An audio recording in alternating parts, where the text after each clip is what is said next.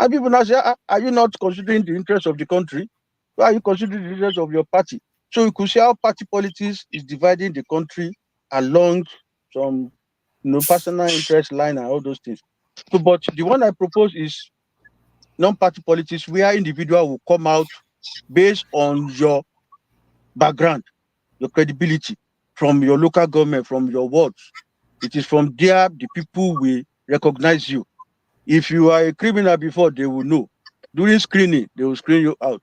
So you don't need to be responsible or to any party or to any godfather. Don't need to go and register Okay, Jamal, to so party is and there start a paying money cap? because when you Is go to there a party now, limit of contestants?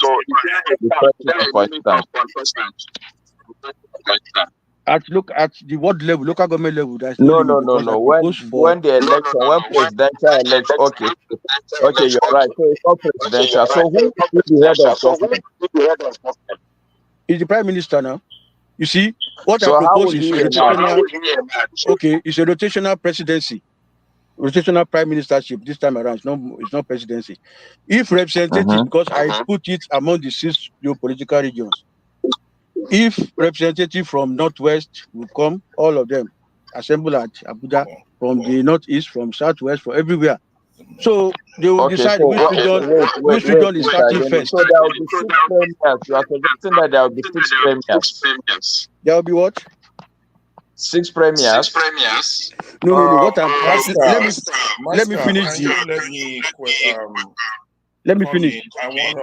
I think we're having, I don't know. Do I have permission to speak? Okay, let me just finish that explanation before you ask your Okay. question. What I'm saying is this: the representative from each region, when they assemble in Abuja, they will decide the region that will start first. So if a region has been choosing to start first, if it is Northwest, for example, so those representatives from Northwest, they will pick the prime minister from there.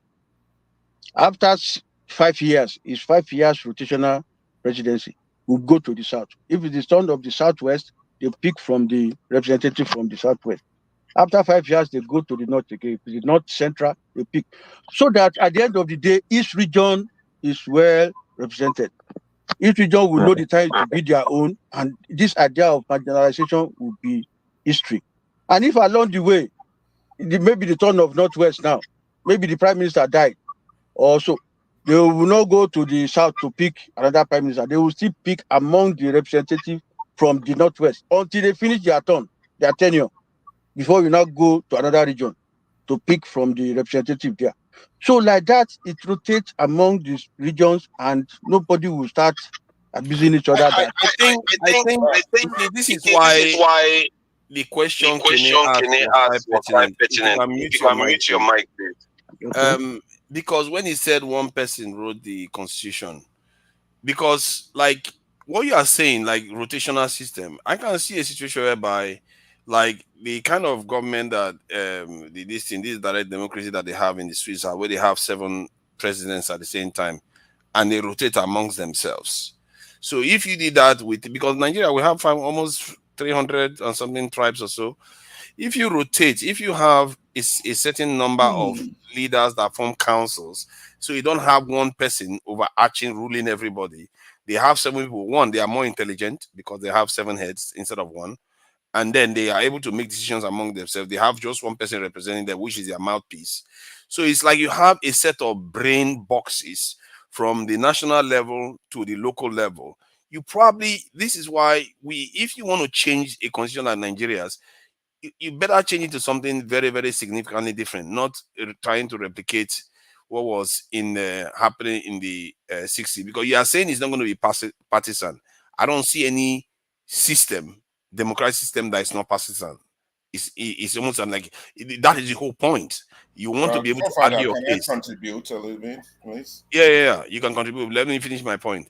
So that is the whole point of a democratic system. You have to be able to make your case, and to make your case, you have to draw contrast between yourself and the other party.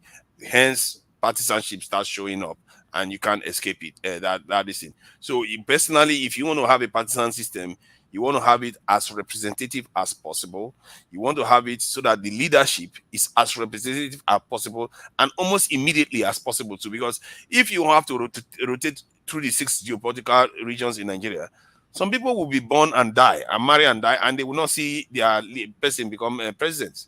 You see what I mean? So you want to have a way of circling it, and so it circles faster.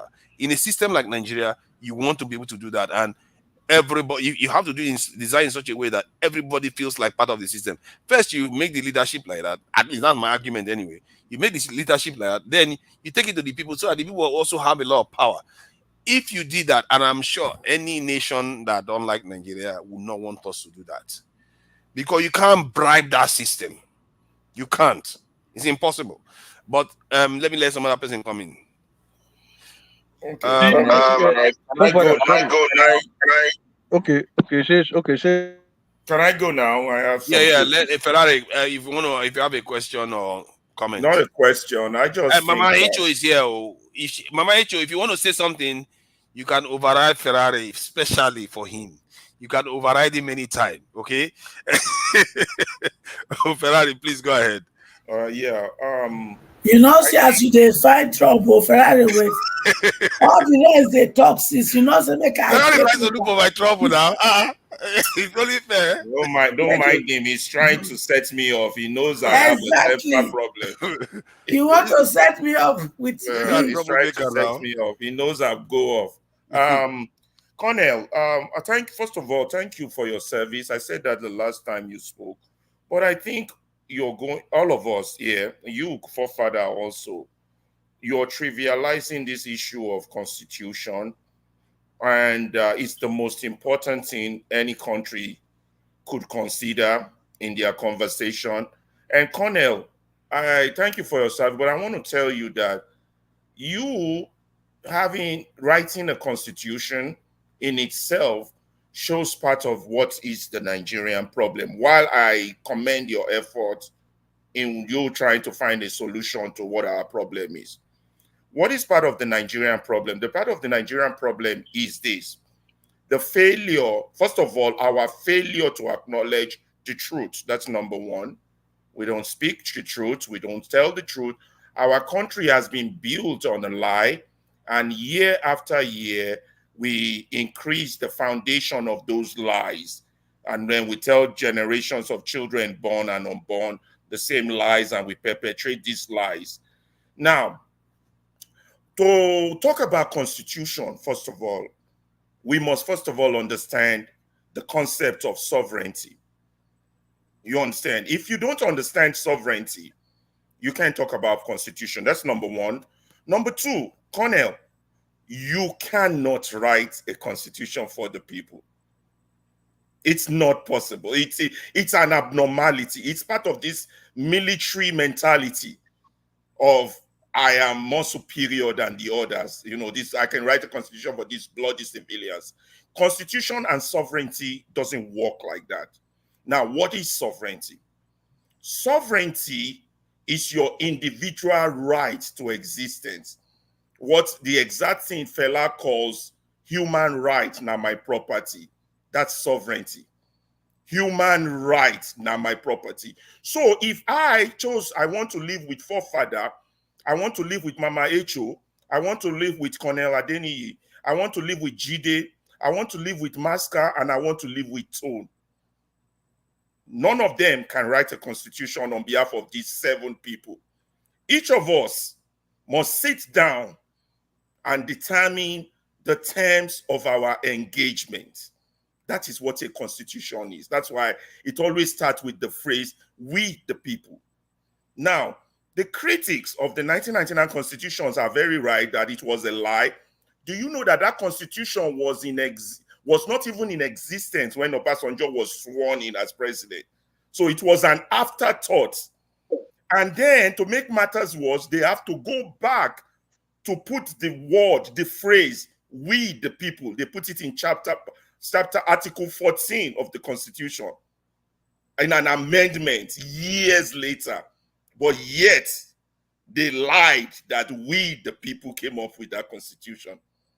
So let's leave that apart. So people like forefather would argue that, well, we now have a pseudo, I call it a fake, it's not a real democracy, but we now have a democracy. Why not we do an amendment through this democratic process? Now, there's a problem with that. There's a problem with that. If the foundation is, if the constitution in itself was not from the people, collectively, if the 7 of us who wants to live together, including Bumi, if we all don't agree, this is going to be the rules of engagement, and you came up with a document, that document, even if you amend it till heaven, you are amending a lie, because that foundation was in itself was a lie. Now, what makes that constitution even worse, that constitution was not only so badly done, it enshrines impunity.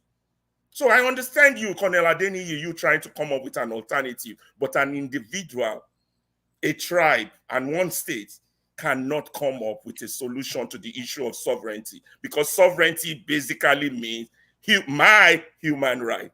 Unless I donate it to you, I say, okay, I don't want it no more, I'm now your slave, which is what happened to us when the colonial people came. They took our sovereignty and they put us under the sovereignty of the Queen, the King of England. You got to understand that they took our sovereignty, which we had traditionally as natives. They took it, and then we now no longer have sovereignty. We became subject. Words matter and how we use it. So what happened during independence? But you all been going back, and Jide was right. Jide was saying that they gave us partial sovereignty. Jide, I want to inform you, there's nothing like partial sovereignty. It's like saying someone is partial human being. You either have full sovereignty or you don't have sovereignty. There's nothing like partial sovereignty. So we never had sovereignty. Even at independence, well, they had some document where the Queen handed over. Well, some people met to negotiate for our independence. They met, well, we could argue that to a certain degree that is sovereignty. But it's a kind of sovereignty, where Jide was right. It's a kind of sovereignty whereby true independence is not there, because we still have to consult with the Queen. In fact, we never became a republic until 1963. Please, let's go back and read. So that means as at before 1963, we were still subjects of the Queen of England. So we never had sovereignty. So we became a republic in 1963. The Akitola, Awolowo, and the first military coup happened. Now we replaced the sovereignty of the Queen with the sovereignty of a dictator, the military rulers. And up till now, that has not changed. In 1999, what they did was a continuation of the military era, because it was a permanent coup d'etat against the populace, whereby the ruling elite hijack sovereignty. So people who argue that Nigeria is a zoo based on that because of the lack of sovereignty are right. The terms of citizenship in itself are missing from that constitution. Now, you're right, forefather. Constitutions differ from world. The Chinese one is different. They had a communist system.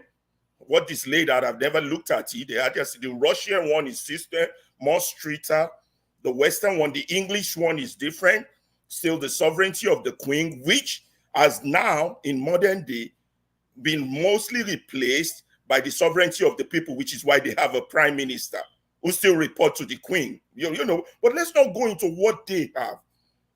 Where Nigeria has failed us as a people is the failure for it to let us have that conversation on how the 8 of us are going to live. I'm using 8 of us based on those on this panel are going to live together. It's a legitimate conversation. And without that conversation, we cannot address the ills that are befalling us, because our problems are indeed foundational. You're also right, forefather. I'm not going to disprove your point on the fact that even if you get the right constitution, what about the people? But you have to understand, when the people come to the realization of their sovereignty, then and then only would they be able to protect it. But when they don't even know what sovereignty is, or assumed what a military dictator gave them is their sovereignty, or what the big man or the political leader gave them is their sovereignty, they're not going anywhere until that equalization of what current sovereignty is. Now, there are so many legal jargons that come when you talk about constitution and sovereignty. You could have what we call legal sovereignty, which I believe Nigeria has now. You understand? But if the people are saying that legal sovereignty, I mean legal, whatever people have said is your sovereignty, you're from the Queen or the military dictator or from the 99 Constitution, whatever that legal sovereignty is giving you, you still have that unwritten political power, will, to push out that legal sovereignty if it's not meeting your need. And that is why people or countries have revolutions. The removal of the Tsar of Russia, the removal of the Ds of Iran. So political sovereignty, which might come in form of demonstration, protest, military action, or violent revolution, or peaceful revolution, whatever name you want to give it, and still has more, because that is the will of the people. So any sovereignty that is not based on the will of the people is not sovereignty. And we need to have this conversation. They are valid, they are legit. I know, forefather, you were there on One Man to Mow that day. I was listening because Wale Okuniyi happens to be my classmate from last. So actually, I was 1 year his senior. When I was chief whip, he wasn't yet the president of the union.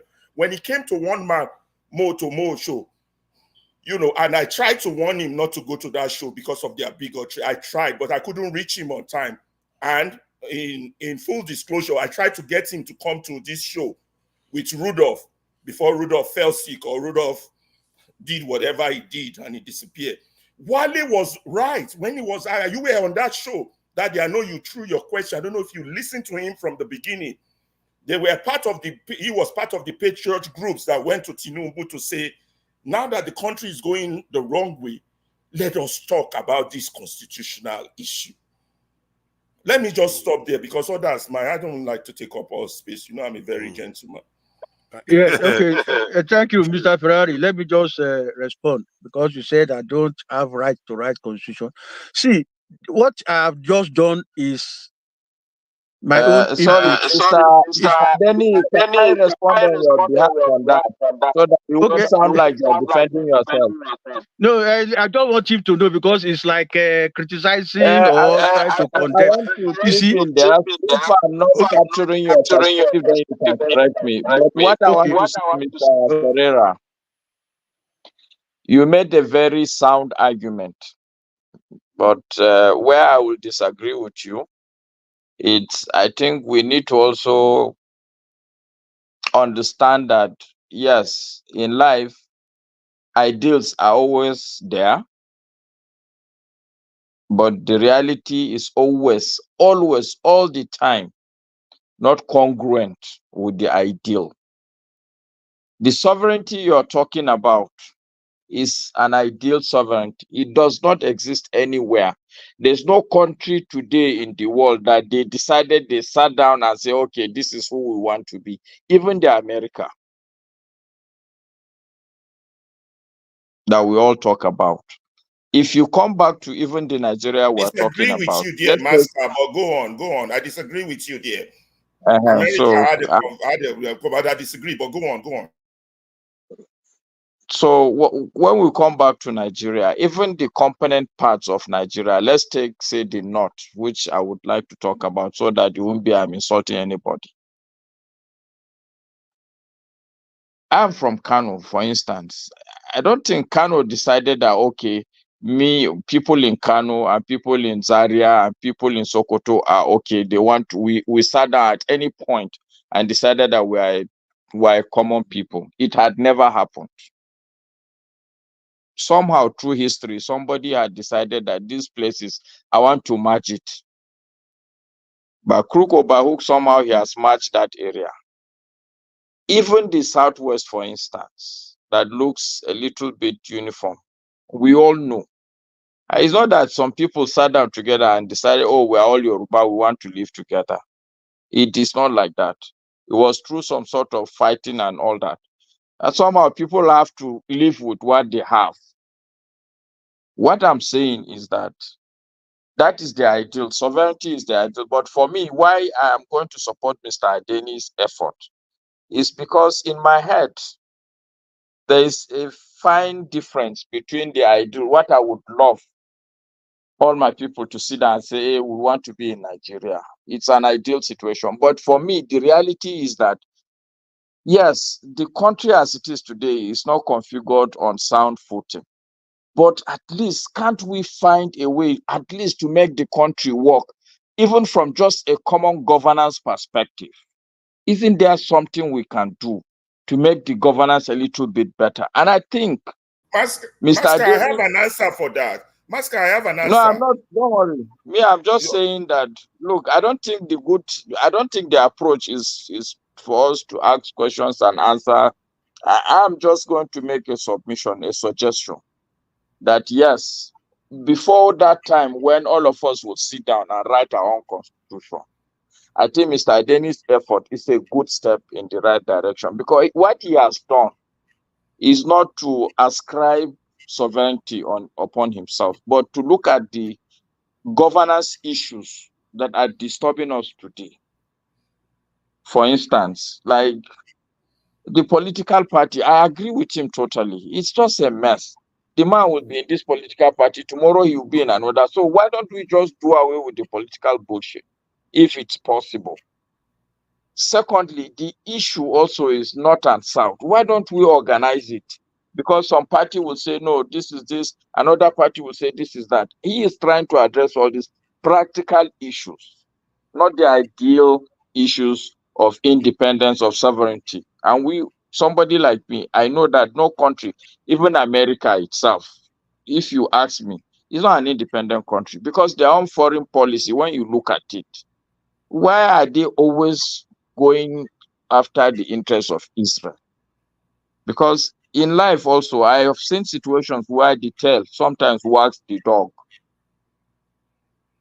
Okay, what I'm saying is that independence, the way we talk about this ideal, we will all love it. I will love it, but I think let's work with Mr. Adeni's attempt. I honestly, I'm going to make effort to go for that public hearing, and I think all of us should aspire, even by proxy, to pay attention to what happens there at the National Assembly. I'm not discarding the man's effort. He's doing a great job. But if we must come to solve a problem this magnitude, we have to come to it through the right way. It's a good suggestion. He's coming with his own constitution. But you don't write a constitution for the people, Master. That's why we have this problem. And some people don't want this to change. Mr. Ferreira, they don't want this to change because they've written it for us, and they are benefiting from what they've written. This thing we are saying, who are we all? You are going to be in America, no matter what happens when Constitution is written. Are you going to come? If there's the need for me to come, if there's a constitutional there won't be need for you. There will never be need for all Nigerians in the union. The point I'm making, Mr. Ferreira, it is my duty to come. I know you will come. I know you are a patriotic and a nationalist Nigerian. But what I'm saying is that the idea that all Nigerians will have to sit down and write the constitution is not going to happen. What Mr. Adeni, he has written it, but he's presenting it back to Nigerians. Let all Nigerians look at it. Can I add something? I think I understand where you're coming from. And because at first I was more sympathetic to people that are saying he cannot write a constitution. But in reality, he's writing, what he is writing will represent a kind of contribution to the eventual constitution, in other words, because it's an idea, isn't it? As it stands right now. It's not an official constitution. So it's an idea that will be inputted, and then others will come. We will add. Can you imagine if I was there? I would say, remove that one, put that one. So that's how it's going to come across. I appreciate your defense, because 1999, when we started this democracy, I was in the officers' press with some officers, and I said this constitution will not work, because at that time I have seen a lot of loopholes there. And today I'm vindicated because it has ruined this country. You see, what I've just done is, after checking the problems, the fundamental problem in this country, I said, okay, let me address it holistically. So that people, because, okay, they are asking for memoranda from people so that they will amend the 1999 Constitution. And what I've done is, has even addressed all the memoranda people are going to bring. Because people will be talking of want to be carried along in government, inclusiveness. And that's exactly what I've done. So that all the parts of the country, all the news, all the tribes, there's no how you will not take part in government, especially at local government level. And that is where I say it should be made the most important to the people. So don't criticize I've just made my own, what do you call it? No, contribution, Mr. Ademi, and then people can look at it, and then, when you do work, you should open it for criticism. that is it. I know you said don't criticize. I think you should encourage criticism. No. What I mean by that is condemnation. Maybe I use the word criticism wrongly. Okay. Condemnation, but that's what Mr. Ferreira has just done. I don't have right Mr. to support Ferreira, it. It's just a contribution that people can look at. As a support for what Mr. Ademi has done. The perspective that we should all take is that, you see, he is not doing what the National Assembly is attempting to do, what even Nigerians are attempting to do. Because most of the people are attempting to say, let's amend the constitution. I don't like it. I believe in what this thing I call part dependence. Anything to do with that 1999 constitution is going to head us into a wrong direction. What the country will need is something like what Mr. Adeni has done, to take something completely different. Okay, maybe not completely different, but something fundamentally different. Yes. Hold on, sorry. Yeah, let's not get things completely. The only area that seems to be fundamentally different from what is being discussed at the moment in terms of amendment to this constitution is the rotational part. As a matter of fact, no, it's already happening. You are not listening for fathers. No. There are many things, fundamental things he has said. He talked about local government this in governance. To an extent, that's one. That's very fundamental. Yeah, today the federal government is the most important. He is now reversing it to make it local government. That's number one. He is saying that it's an illusion. No partisan party. Pardon? What is not true? No, it's not. It's an illusion that because local governments are functional, they are the most important. They are not still the most important. No, that's what the state government is still going to be the most important. And this is why I like this is what I'm saying, that he has done something different. The reason why at least the reason he gave anyway, why he said the local government is most important is because they will be governing their local areas like normal some Western countries do. My point is that at the state level and the national level, those areas will still have higher gravity, and most of the resources is going to still be in their control. Hence, the pool will still be there to go to those places. So no, you are getting me wrong. Sorry, father. Let me just stop. You are getting me wrong. From what I said, local government should be the most important is that this time around, local government will be the one collecting taxes of industries that are in their area. Then take 70%. You know, that's why holistically I want to make local government very viable, so that they will be there to give the people the basic services that they need. Local government will control 70% of the resources they are collecting on the surface, economic activity on the surface. Send the 20% to regional government, send 10% to federal. The job of the regional government will just to oversee and ensure that the resources at local government level are not mismanaged. The nation is going to collapse. It can't collapse. Okay, we have not finished because there are a lot of money coming to the federal from other places. From customs now, there are still federal government that is controlling export of issues and everything. The other things still coming to the federal. Natural resources, federal government still control it and pay 30% to the local government. So you are talking about only tax from local government. Yeah, tax of economic activities going on the surface, not underneath. You know, we have industries set up in different areas in the country. So local government collect because this issue of double taxation. But in a way, it's happening now already. Yeah, That's state government collects tax. I'm not talking of state. State is too far from the people. I'm talking of Okay. local, because that is where the job is. That's why I'm saying that should be the most important. They are the ones to give you water, give you health care, give you education, give you all those basic things that we need to grow. Not state will just, there will be no state from the what I'm proposing. We're going to have regions. The regional government will just be the one to oversee and ensure that local governments are not left behind. Then federal will come up with policies that will be carried out at local government level. For example, federal government will say the standard of primary school now. It will be implemented by local government standard of primary school, public primary school. This is how the federal But state. so you agree with me now, that you are not listening to the man. I'm listening. I'm listening. No, it's not. It's to be fair. The more I listen, the more I'm worried that we are not paying attention to what is actually on the ground now. Like if you go to Lagos now, you hear that like in Surulere, you see some of these agberos and area people that I don't know what they are called. They collect tax. The tax they collect there goes to that's the local government area. They collect tax, it goes to the local government chairman, and then they will collect tax from different other areas. The tax are different everywhere.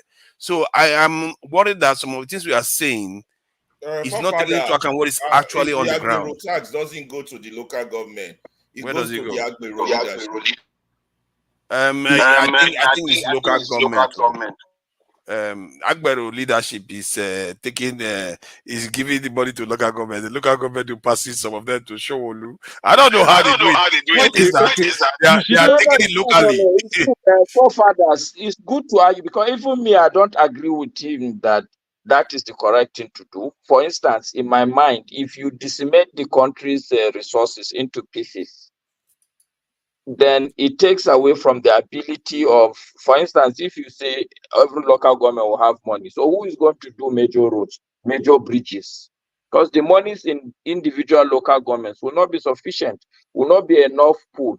But why I am supporting the man is because I have come to appreciate the fact that if you don't put something first on the table for people to add or reduce, you will continue just to talk and talk and talk. What he has done, he has put in something substantially different on the table. It's left for every other person to say, oh, this one, because of ABCD reasons, I don't think it will work. But this one is okay. I like this rotational thing he has spoken. I also like this, your idea of 7 sitting presidents or 7 sitting prime ministers. That rotational thing is a real bad idea. We have 350 tribes, so we should have 350 rotations. That don't make no, he's not based on tribes. He's basing it on geopolitical regions that are today existing, which is why I like the man. It's like he has I think we should build a constitution that is based on merit, not on those old ways. So why don't I make a proposal, Ferreira? Why don't you write your own constitution? I'm not supposed to write one. I'm supposed to participate in a discussion for creating one. I'm not supposed to be in darkness now, but I am in darkness, Ferreira. Go ahead. Yeah, please go ahead. Okay. And then Tone would say something before. Tone is looking at me. I know he's waiting to say something. And then Amy is there. Please go ahead. When you go reach my turn, forefather? Yeah, you are free to speak anytime, Mama Echo. But now say me that they respect. I raise my hand. So the best way to talk finish supposed to land. Then you go call me. Now you got the distributor without me. And okay, after Bumi, definitely you then. Then Stone and Emiloko. So regarding the Constitution and whether. So regarding the Constitution, I don't think the man is basically saying that this Constitution I've written, everyone must accept it, and that's the end of the story. Absolutely not. It's a proposal, and it's going to be sent, and there's going to be public, what do you say? He's going to send it to the government, and they're going to oversee it. Now it's up to us to, because I don't think anyone here has read it. No one has read this Constitution. And we're already criticizing it. We still don't know if it's something that's actually going to work for Nigeria, if it's actually something terrible. But we're saying one man shouldn't write it. So who will write it? Is it in a country where people are still struggling that want to sit down and write? Someone has taken the initiative and started. And I think it's up to us to ask, where can I even read this? I've been sat here and no one has actually said, is there a place I can read this constitution? Let me even read it. Even if it's the worst thing on this planet, let me read this worst thing on this planet. I think, asking questions, it's good to ask questions, but there's also, because he can also be lying to us. What if he's saying something and he's going to submit something different? So I do think that we should also be part of the discussion, not just only like saying, oh, you don't do it until we all sit down. That's never going to happen. Someone has sat down and written it, which is fine. I think us as people should ask to read it, and then we can start highlighting certain things that we don't like. When it comes to the rotational one, there is no way in a country like Nigeria with over 300 that each and every tribe will have a president. Whatever that you want to write the constitution, there is no way. Let's not lie to ourselves. There will still be someone a tribe that will consist that would not have the presidency or parliamentary or whatever you want to call it. So if we think that each and every person will be fine, and that's why he also said that he's making it very sure that the local government has a lot of power. Once your local government is providing healthcare, education, all the basic amenities, the presidency would not look so attractive. So why the presidency is so attractive in our Nigerian society today? Because nothing is functioning. That's why everybody wants to go there and have their national cake.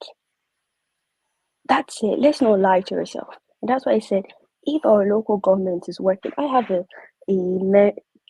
governor in my state. I don't want to be governor because he does everything. There's nothing forcing me to run for any government position, because all the things I need is here. Only if I woke up and I was like, you know what, actually I can do a better job, that I'll be eager to. But we're not realizing that the reason why Nigeria is not functioning because nothing is working. That's why everyone wants to be local governors, everyone wants to be governors, everyone wants to be Senate, House of this, presidents. Once we fix those and make all those positions not attractive, basic amenities are being provided to every single person, then you realize that we start having sensible people in government. The ones that actually want to be there, not the ones that are going there because they want to find breakfast, lunch, and dinner. So I do think. But let me ask though. You see, the thing that makes a local government powerful will make the governor less powerful and will make the central government less powerful. That is the danger. If those higher level governing structures weaken, the whole center could fall apart. We had a weakened center in the 1960s and we know where it ended up. So that's the danger you could face. And that's why, forefathers, and that's why we have to read the constitution he has proposed and see if there are actually loopholes that would create that kind of situation. We still don't know what he has put in place to counter those situations. Making local government very strong, that means you can personally go and find your local government. We cannot find Tinubu.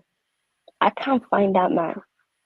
He's all the way at the top. I totally agree with you. Can I put a challenge? Forefathers, can I put a challenge? Mr. Adeni, how many chapters are there in the constitution you wrote? I have a copy of it. I'm still reading it. It's not here anymore. He's not here. Cornel is So he's not around. Okay, Bumi, how many chapters are there? I'll quickly check and then let you know. Okay, anyway, so what I want to challenge to forefathers, Ferreira, Mr. Tone, myself, and Bumi. So how many of us? 1, 2, 3, 4, 5 of us. Hasn't said anything though. No, Tone, I know he's a patriot and a nationalist. So Tone, Yes. they already paid you as somebody that is a troublemaker. Okay. No. He's a nationalist and a patriot. Look, if there's anybody I'll vouch for on this platform, there are two people, Ferreira and Tone. And out of the two, if I'm to pick one, I would drop Ferreira and pick Tone. Okay. Yes. All right. So I am thinking that let's Master, take. is it because of my temper? Eh? Is it Both because of them my have temper? No. No, it's not because of your temper. It's I'm not too sure whether look, I've not heard you speak on tribal issues, but I've heard Tone speak on tribalism, so I know where he stands. I'm assuming I know where you stand, Pereira. I'm making a positive assumption on your behalf, but Tone, it's practical, it's been proven. Anyway, the thing I'm saying is that can we divide that thing into 10 and all of us take two swipes at reading the Constitution? Because half of the time we Nigerians, we like to talk, but we hardly do any practical action step. Reading is a beginning, it's a small beginning. So that even if the country doesn't do it, at least there are some people who have gone through. I know I cannot go through a whole constitution. I cannot. I don't have the time. I would not have the patience, as much as I claim I love the country, but I know what are my limits. So, but if we divide it into 10 or 20 places and begin to take responsibility, let 10 or 20 people read through. I think that's the. It's 173 pages. Oh, if we divide it into 20 pages, all of us should be able to read 20 pages and then compare notes. Like from the way I look at these things is that if you look at all the systems that they have in the world, it doesn't even matter really. They have so many variations. It's ridiculous. It's not even funny. They have so many variations, and all of them, most of them work for the people that are doing it. Let me allow Mahecho, because she will just no. But why do you say forefather? Let's let Mama Ejo speak, because we are doing her injustice here. She's being very like she disappears the moment it's her turn. She doesn't say anything. Then you ignore her. Mama Ejo, please say something before we go and forget again. If I raise my hand, you not call me. Now new rules now we they follow. Oh God. Thank you. I'm not gonna let you catch me out again. I will be calling you. Akone, thank you so much for your hard work on writing the new constitution. So instead of us to sit here and criticize, let's go through it and put our input on it. Yes, we can get everybody from Nigeria, the 2 million people, to sit down. But there's what they call zone. We are product of zone. And we're also a product of state. So if a state governor can govern all the tribe in a state, we should be able to get a honest, people-oriented individual from the 36 states that will sit down and look into this constitution together. So, Daddy, thank you. Then you see, our men, una they disappoint.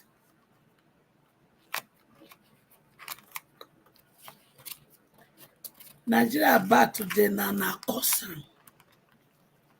Nigeria no they go forward today na Kosam, whether directly or indirectly. Recently, I was trying to look at the House of Senate, the House of Rep, and I began to look for how many women are there. And I discovered that the percentage of the men there is almost 90% or 95%. And the only thing you people do is yeah. When my children enter into power, we'll change that. Because we want to see you vote, so that we'll know those who are voting against any B or for any B. Because with your we don't even know which one. The problem we are suffering today, now Nigerian men now go hold responsible any day, any time. Because for all the offices now plenty pass. The looting that is taking place, now they looter, now they aid the looting, now they celebrate the looting. Now they say, hey, Baba. Even some of them when they Western world here, when I don't want to make this situation change, you know why? Because when they go Nigeria, when are ready to prepare to go show off and begin to carry my daughter in the name of Folosho, hook up. Some of them go live with my wife for here. As soon as they plan Nigeria and they calculate who una don't even contact, who go give una hook up. So as such, Nigeria must not be good. Hey, chairman, una like her. Instead of teaching them how to fish, give them hook to fish. No, I prefer to give them fish so that they can respect and honor you. So if you people were God, what would have happened? What? We are coming, all of now when she say from senator downward, all of now when she say when are their power. The power when there's no senator here, Mama Echo. Huh? There's no senator here. They are representative there for comment section everywhere. I don't represent anybody. Are you representing any senator? Directly, I said directly or indirectly. Somebody know who knows somebody, who knows somebody, who knows somebody. When I pass this message to them. Because when they sit down, they take ukwabi and they drink pepper soup. Una dey there. These people who succeed. You see, I remember when I had a case in 2010, and I met my lawyer, who is still my friend today. By the grace of God, when I'm coming to launch Andamo Foundation or charity in Nigeria, he will come with me. When I met him for the first time, he asked me, where are you from? I said, Nigeria. He now said, are you people corrupt? I said, yes, we are corrupt. But the truth is this, you people, the West side, you are the father and the mother, us, the children of corruption. So you gave birth to us. Because when our leader looted this money and they were bringing it forth, you open your border wide, you allow them to bring it in here. They bought property cash, whereas your people will buy property in mortgage, loan, 30 years. They open back account, no nest of key. When they buy, because you people copy it. And when they want to take out of this money to home, you will say it is money laundering. They cannot take more than this. So when they were bringing it, if you had stopped them, there will be a corruption in Nigeria today. Then the second one, I suffered to get my degree in Nigeria. I bring it there. You look at it as a glorified secondary school. We know how we suffer. But the same leaders steal our money and use it to bring their children here. Because they pay 3 times the amount your people pay, and your people does not pay cash. It is either federal government give their grant or they collect student loan. But my people will steal our money and use it to pay 3 times your school fees. If when they brought their children here, you drove them back. So let me ask you though. Let me ask you which type of constitution? Because we are talking about this. When I'm talking, no. See, this is why we quarrel here. It's not fair. No, I asked everybody questions Wait, now. I was talking. Let my line of thought flow through. You ask your question.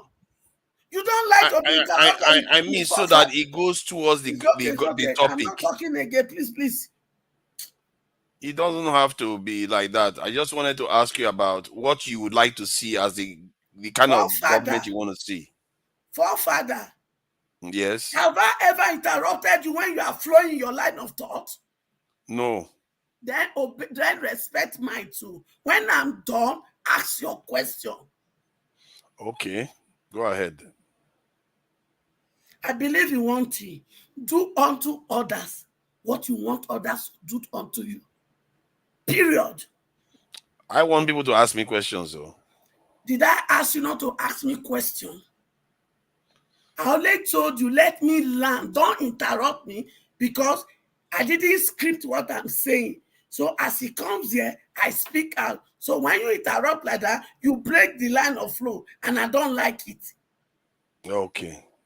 Understood.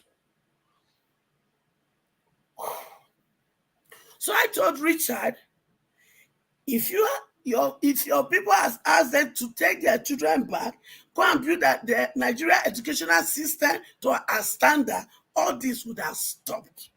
He looked at me and he asked me, what are you studying? I said, social work. He said, no, go and study law. Till today, it's still troubling me to study law. And at the end of the day, we became friends. My case that I took there, he said, you have won your case as such. I will take care of the case. I was supposed to charge you $1,200, but I'm going to do it free because you've already won the case. So they know. Now we won't be mumu, now I don't know. How can we borrow money from them? And we package, we steal that money and we bring it back. Does it make sense? How can we borrow money from them? We left Innocent Motor. We now come to their Toyota and use it to buy. Does it make sense? Even to my Yahoo children. Because I don't mention that part of you. In as much as I try to overlook, because I know say, now the nonsense when they do to that, they make una do it. When they talk say the reason why they do it, because una money when they take, that they cut them back. Una not come mumu, una come be the highest mumu, una get and finish. He said, make una take up BAM Innocent Motor, now go stick out take and buy their car. Now not be your there. He said, make una take a open company, put them into agriculture, so that there will be food una buy export. No. Una go they take and they do gelly, they show up. Una go come they take and they buy their drink. When Sapele water they there. Now they buy Azu. All of them made here. Make una get sense. Everything when they take made this expensive drink, it dey on a compound. Una not fit do company, make una do one there. All nonsense, not to just they show up. Because all this stupid celebrity, they make una they move. Now go wake up by force. So now me and una. Now what trouser I can't wear with una. Una original destiny. Now by fire, by thunder. Not be this one that they live so. I rest my case. Yeah, the question was about what kind of, because I've not really heard you speak about the nature of the government you would like to see in Nigeria. Because, like, for me, I didn't see the type of government we are practicing as our problem. I just see that we are not doing what we are supposed to be doing. If we did it, we'll be in a better place. Even with this current government, if the government had... But what is it that we were supposed to be doing, forefathers, if I may ask? Okay, good. Like, the country is losing about $50 billion. Sorry, ask her the question, let her answer, and then move all around, please. Fair point.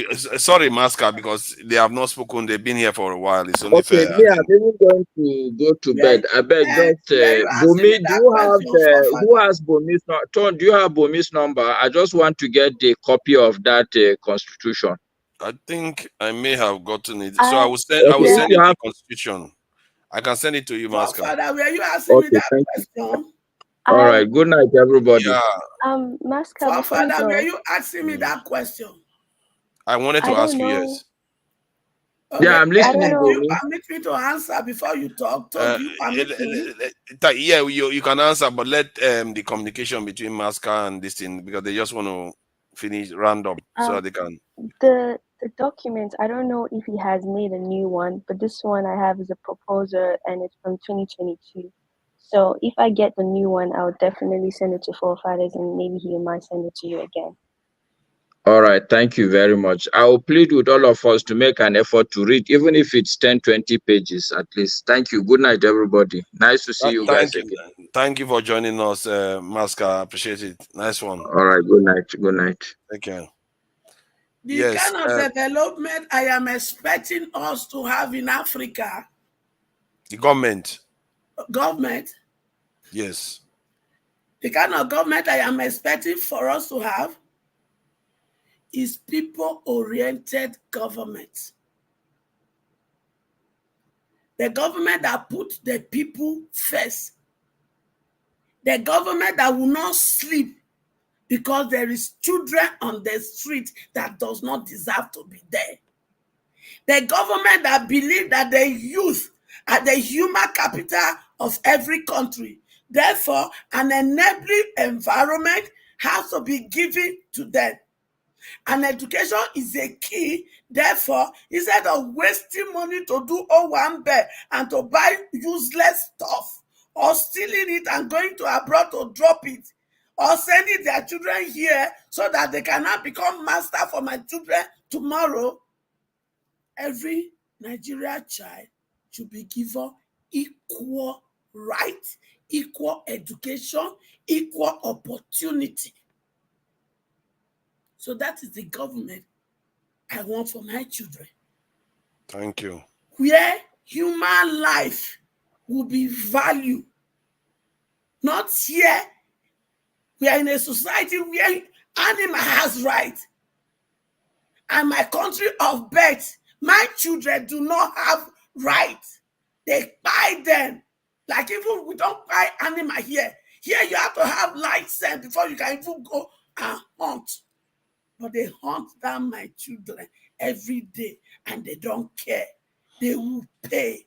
We will ask questions and we will demand. And those who are supposed to go punish for it, they will eat it hot.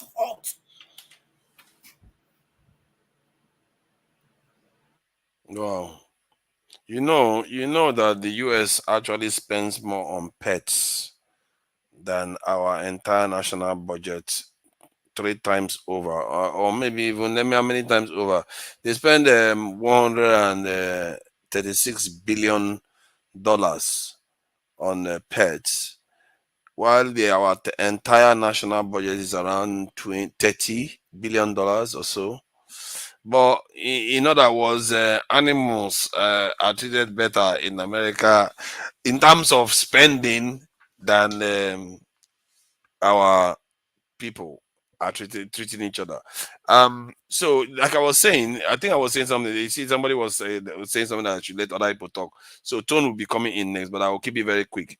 The things we should be doing that will give us a bang for our buck. We are losing $50 billion or so up to annually because of insecurity. You plug that gap. You know our refineries needs to come on stream. We all know that. That is not even rocket Father, science. can you let everybody Get it first on of all have stream. their opinion first? Please. Let me finish what I'm saying there. Don't worry. I know. I will give you your No, time, your full time. It's not a matter of full time. It should be conversation, and as a moderator, you should I'm go giving my around. own opinion now. You've given, at least I've listened to you like 4 times interrupting and saying your stuff, Yes. So it's not fair. That is what I do, though. And that's why But Nigeria wait, is still not moving forward, because this is still is there difference between a moderator and panelist? Because you do the two. Yes, actually, I do the two. See, so the day you want to moderate. The day you want when you want to be panelist. I think the thing is, this is more of a conversation. It's not. Let Tone speak now. Tone and Ekme. No, I'm not stopping them. I just said I was going to keep it brief. He just interrupted me before I even got 10 seconds No, out. I was thinking it's their turn. No, it's your turn. It's Tone's turn next. I was just asking for 15 seconds. You plug the gap of security, you plug the gap of refineries, you plug the gap of your resources getting stolen out of the country, you plug the gap of Ajakuta steel. All those things, if you do them and you stop the government from changing your currency all over the place, they are simple things. They are straightforward things. You do them, the country will start changing very, very quickly before you know it. So that one is not rocket science. Tone, I don't know whether you can hear us. Eventually came to your turn. I really appreciate your patience. Thank you for joining us. And so, what do you think about the governance system that we have? What would you propose for the Nigeria, how we should be governed? At the minute, hi, hello everybody. At the moment, what we have now is not working, and it's not working for many reasons. Not that it's, the constitution we have now is that bad, bad, bad, bad, bad. We might propose, we might even get the best suggestion of a new constitution, but if we do not deal with this thing called corruption, it's not going to work. Corruptions need to be dealt with, because at the minute, people steal money knowing that there is no consequence, and they're even allowed to keep it. Criminals will come to power knowing there is no consequence. People will forge NYSC certificates and become governor because they know there's no consequence. These are very, very serious issues that needs to be dealt with. So, regards to the Colonel's the constitution he's proposing, I've not read it, so I will not condemn it. But I think it's a right. It's commendable. At least somebody had taken time to write out something. I, for one, the regional government that everyone seems to be proposing, I don't know. There's just something but I just can't put my finger to it. I don't think at this stage in time of Nigeria it will really, really work. What we need to be concentrating on is how to, how to tackle corruption, how to bring down the cost of governance to the barest minimum. When we make it in such a way that when you want to go and become a governor, or you want to go to the House of Assembly and all that, is not because of the monetary reward, that you're going there to serve your country. Until we deal with those little things and all that, we're just scratching the surface. We'll come with a new constitution, and all of us will come back to this where we are today, and we'll be criticizing it. No, it didn't work. It's this one. It's because the Yoruba man that wrote it. It's because it's an Hausa man that wrote it. It's because it's an Igbo man that wrote it. No. Until we deal with consequences of corruption. Because corruption is, what's corruption? Corruption is not even just, is not even constrained to just stealing government money. It's about doing the right thing. Are you doing the right thing? Are you, when you're sent there as a senator, are you really representing your senatorial district? Are there check and balances that the people can call you back when you mess up? They have the power to call you back, and you're back, and you're back to square one, and they can do another election and send someone that is worthy of that seat. And that's why I don't know, is it Mama Echo that said, yeah, that we need to be looking at people-centered governance. And again, with Ferreira, I agree with him partly about what he said. I don't think it's just something that one man can just write and say, okay, here it is, because that's the problem we have now. We are blaming the military, because the military, Abdul Salam and some few people got together and all that. I don't think when they wrote that constitution, I don't think they meant any harm. They had the best interest at heart, but I don't think people were not the wider group that represents each region were not consulted. There has to be a consultation. And when I'm talking about consultation, it's not gonna be like 1 month's consultation or 2 months. It's gonna be a very robust consultation where we all sit down as a group. Okay, we're talking about region. Look at this Edo election. It's opened my eyes to something. We are very, very polarized in Nigeria. Even within Edo State, I didn't know that there was so much division. This one we say Etsako, Esan, and all that kind of thing. Even within it, so that regional thing and all that, even if we do introduce it, there will be some smaller groups that will be trampled upon, that will not be given the opportunity to thrive. So I don't think the problem is regional. I believe that the most competent person should rule. Now, state level, the Nigerian governors are too powerful. Some of their powers need to be devolved to local authority. Like for instance, here in England, the local authority they do a lot of things. They take a responsibility with street lights, schools. That's the job of the local authority, and there's no interference. So there has to be some check and balances and all that. And then right there at the top, on the federal level and all that, the president needs to be answerable in such a manner that when he messes up, he will be impeached quite easily. So it will make everybody to be on their toe wherever you are. You'll be on your toes. You don't want to mess up. And you're not going there because the salary is so brilliant that you just go there and be. I mean, you look at the camera in the house or in the Senate house and all that. Most of them are snoring. They go there and snore and just talk rubbish. We don't want that kind of thing happening again. Or they are untouchable. There's a senator right now that it was alleged that he killed, but he's gotten away with it. The police cannot touch him. He's untouchable. All because they've got some kind of immunity as honorable. That's complete nonsense. Here in the UK, you're an MP. You go an MP should use his car and hit somebody or jump the traffic light. You're going in for it. Or you go and do 80 where you're supposed to be doing 40. The police will come knocking at your door and you go into court, even though you are an MP. So all these little check and balances and all that, too much unnecessary powers need to be taken away. You need to know that you're there first and foremost. Like Alaba said earlier, there has to be a change of the mind, of the attitude. You know that you're there primarily to serve people, not to rule people.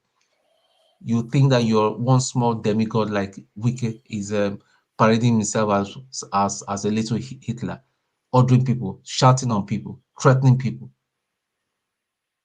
But he does not understand that he's there. He's there to serve. Or Tinubu telling the Ogun State governor that without you, you'll not be a governor. What is that? For crying out loud. And godfatherism left, right, and center. What is that? So until these little things are checked and correct measures are put into place and all that, you steal money, you either going away for a long time or you face it or there's a possibility of death penalty. Our country will not come to not come to its senses. I know it might sound harsh, people might say, okay, because I've got a military background. It's not about military background. It's just unfortunately that's where we found ourselves, because we cannot have the kind of federalism we have in the US to work in Nigeria, in Africa, because we've not evolved. I believe we're not evolved. There needs to be some kind of high-handedness to get people to start thinking. Because what everybody right now in Nigeria is about, what can I take? What can I take? That's the mentality. What can I grab? Look at the military, our military right now. The rank and file of the Nigerian of the military across. I'm talking about the Army, the Navy, and the Air Force and all that. Poorly paid. Poorly paid. It's embarrassing. Discipline within the Nigerian army has gone down over the years. It has so got the standard had gone down. Truth to be told. Not too long ago, there was this Navy rating. He was told by his commanding officer for him to be disarmed and all that. He was struggling with a gun there and all that. He nearly shot him. And now they put him in his well, I don't know the situation right now, whether he has been released and all that. And people are defending him that he should that there should have been there should have been a proper procedure to disarm him. If that happened in the British Army or the US, the fact that you were struggling with your gun and opened fire, you're dead. Todd, when you finish, after Ekmen speak, I want to ask Forefather some questions. So the thing is, we need to make some. We need to, collectively as a country, we need to make some very, very hard decisions and all that. And I'll be looking forward to read part of that constitution that the colonel had written. Kudos to him. Well done to him. See, we don't have any other country but Nigeria. Unfortunately, some people do not honestly want it to work, because if it works, all the excesses and the criminality that they all engage will not be there anymore. Thank you. Really, thank you. I appreciate that. Now I'm going to take another 10 minutes to make a statement before MA speaks, just to annoy him a little further. At last, MA, it's your turn. Go ahead, have your say, please, MA. Funny thing is not because maybe I want to speak. It's just that, as a moderator, you should let the conversation go around so that people shouldn't forget a particular point before we go into another point entirely again that's simply, derail the thoughts of a lot of people. That's why I just let people have their opinion a bit at least. Greetings, everybody. And greetings to the Honorable Colonel Adeniyi Okinyisao Ekusheno. All I said is I greet him honorably and well done for the job he's doing. At least. Thank you very much. Thank you very much. Sorry, my battery went down before, so I have to go and charge it again. As per no light in Nigeria. Thank you. As a Nigerian, this is what we really clamor for. These are the kind of actions we want to see people engaging. He's doing his part now as a patriotic citizen. If some people believe maybe there's an ulterior motive to that or not, that is an open statement. But he is doing his part. However, on the issue of the Constitution, I have some questions to ask him, and I'm glad I came back. First and foremost, is that on what foundation is he basing his Constitution?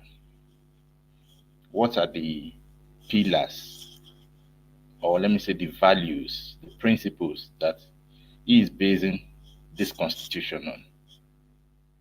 Then the second question would be that as he has written it, which I quite applaud, though I don't think I would have accepted that too. But it's a proposal.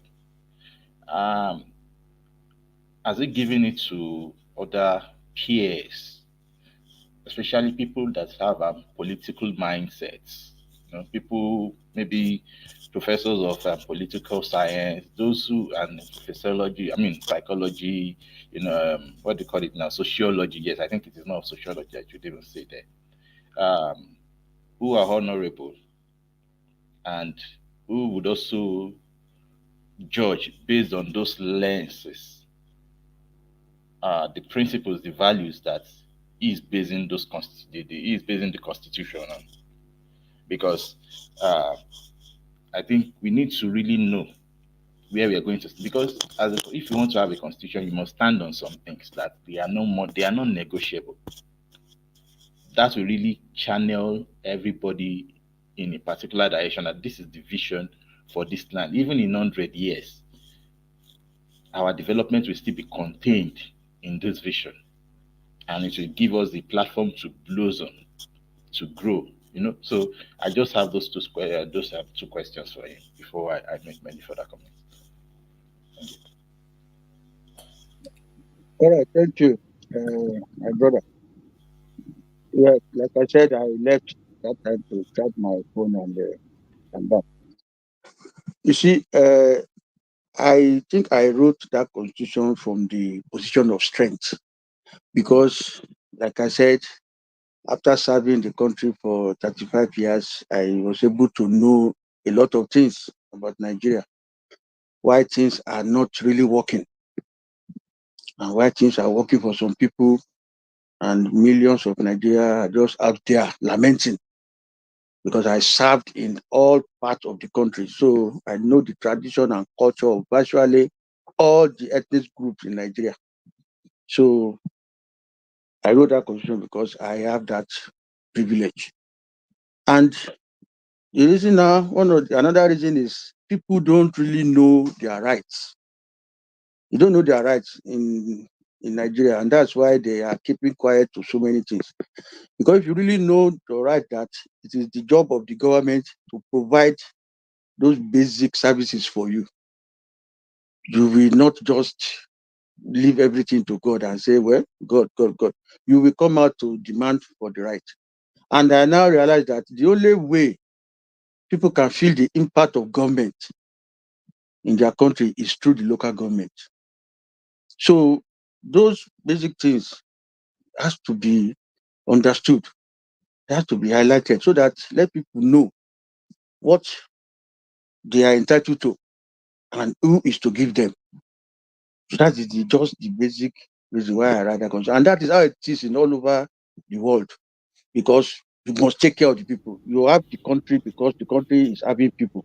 If there is no people in a place, there will be no government. So government is set up to render services to the people. So if the people don't know what they are entitled to, everybody will be like, just be ignorant and will just be crying, lamenting every day and be looking onto one person. Government is not just one person. Government is about institutions.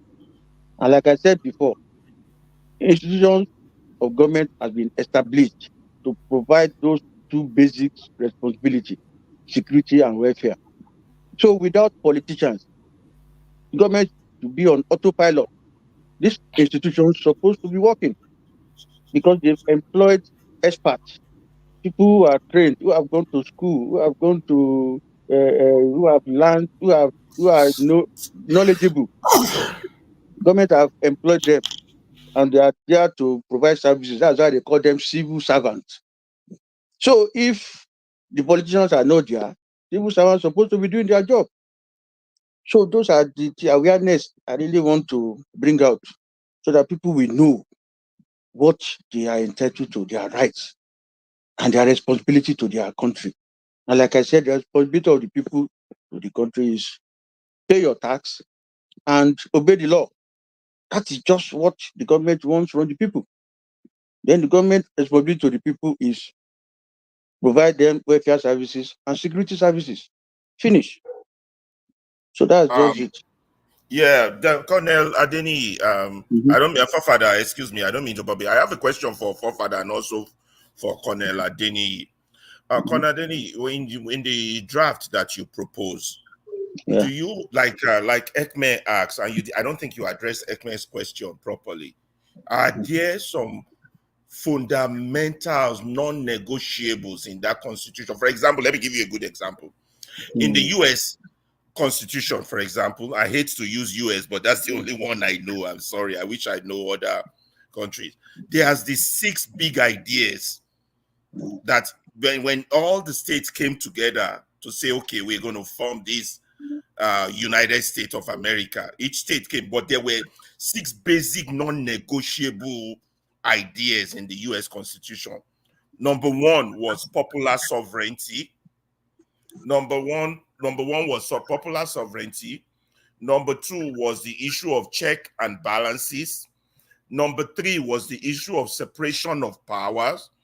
Number 4 was limited government. Number 5 was republicanism, and number 6 was federalism. So in this your draft, what are the non-negotiable?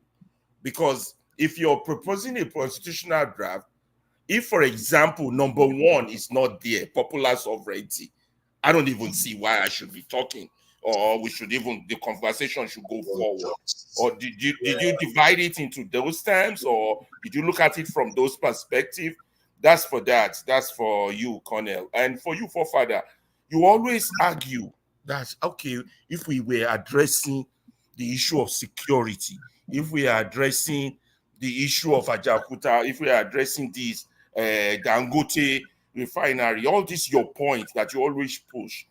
Forefather, have you ever sat down to ask yourself, how did we get to where we are? Something got us to where we are. And if whatever that thing is, over 25 years or 60 years, got us to where we are, you saying why shouldn't we? Isn't that a mute question, a failed question? Saying why are we not? If we can address it, don't you think we would have addressed it? Don't you think something got us to this point? And like what a reasonable people do is that when they find themselves in the ditch, they go back and see how they got in the ditch and try to maybe redirect their direction. I don't know whether sometimes when you push this your strong argument, whether you do a back and forth thinking on if whatever it is that brought us to this stage, brought us here, don't we have a right to question that thing and go back and say, maybe we need a U-turn, maybe we need another direction, maybe we need something else? I'm just thinking this, because these are things I ask myself, and I don't know if you ask yourself, or you're just doggedly strong on your position. Oh, if only they do, if only they build nuclear weapon, our problems will be solved. Yeah, we had an opportunity, but we didn't. We got here. What got us here? Do you ever ask those questions? That's all 2 questions. I do definitely ask those questions. That is why we went as far back as the colonization wars. When I talk about the colonization wars, that's what I meant by we had individually, our different tribes had our, for want of a better word, constitutions. It didn't save us. We all lost. And we ended up colonized, enslaved, and all the rest. And then the people they handed power over to, this is why I give that narrative, so that you understand how we got here. The people they handed over power to were their collaborators. They were the people that interceded on their behalf, to the point where they sent their children overseas to go and study. Then when they came back, those are the educated ones that they handed power over to. Do you expect those ones to break out of their control? I don't think so. But you do by demanding that they give you security, by demanding that they increase the soldier, by demanding all the demands that you make. You're expecting those that have failed you to do those things for you. No, I'm not saying they should do it for us. I'm saying anybody that wants to fix a problem should look at those things, because those ones are the core of our problems. But there were times you oppose those who want to remove those kind of people, who want to remove our neo-colonial masters. Why would I want to? Who they are. That's who those people are. They might be black skin, but they're not folk skin. They might be black. They are the types Stephen Biko calls white souls in black skins. Why would I want to stop you from removing them? I'm not going to stop you from removing bad leadership. But none of your argument ever goes in that direction. It's just you keep demanding that they do the security thing that you want. Because and you think they will do it. Because if you want to overthrow a government that is technically been elected democratically, there could be unforeseen havoc that you're going to create in the system. But if you can leverage the system one way or the other to make the change, that so is in your honest opinion, you think we can leverage these people? I think we can. I've seen it happen. That's the reason why I'm saying it. I've seen it happen before. When NSAS happened, before where have you seen it? I'm giving you NSAS now. I'm giving you NSAS now. When the NSAS protest happened, before Lekki happened, the government had already considered to everything the NSAS protest has asked for. The government never did any of that. They did. And the governance and bad governance, this thing that happened. The reason why the government had nothing to concede to, because there was not real enough specifics that they can react to immediately. If you told them now, the refineries have to come on stream, we have to see what is happening to these refineries. You report to us on a weekly basis in detail what is happening to the our refineries. Did not even admit it killed his own citizens during NSAS.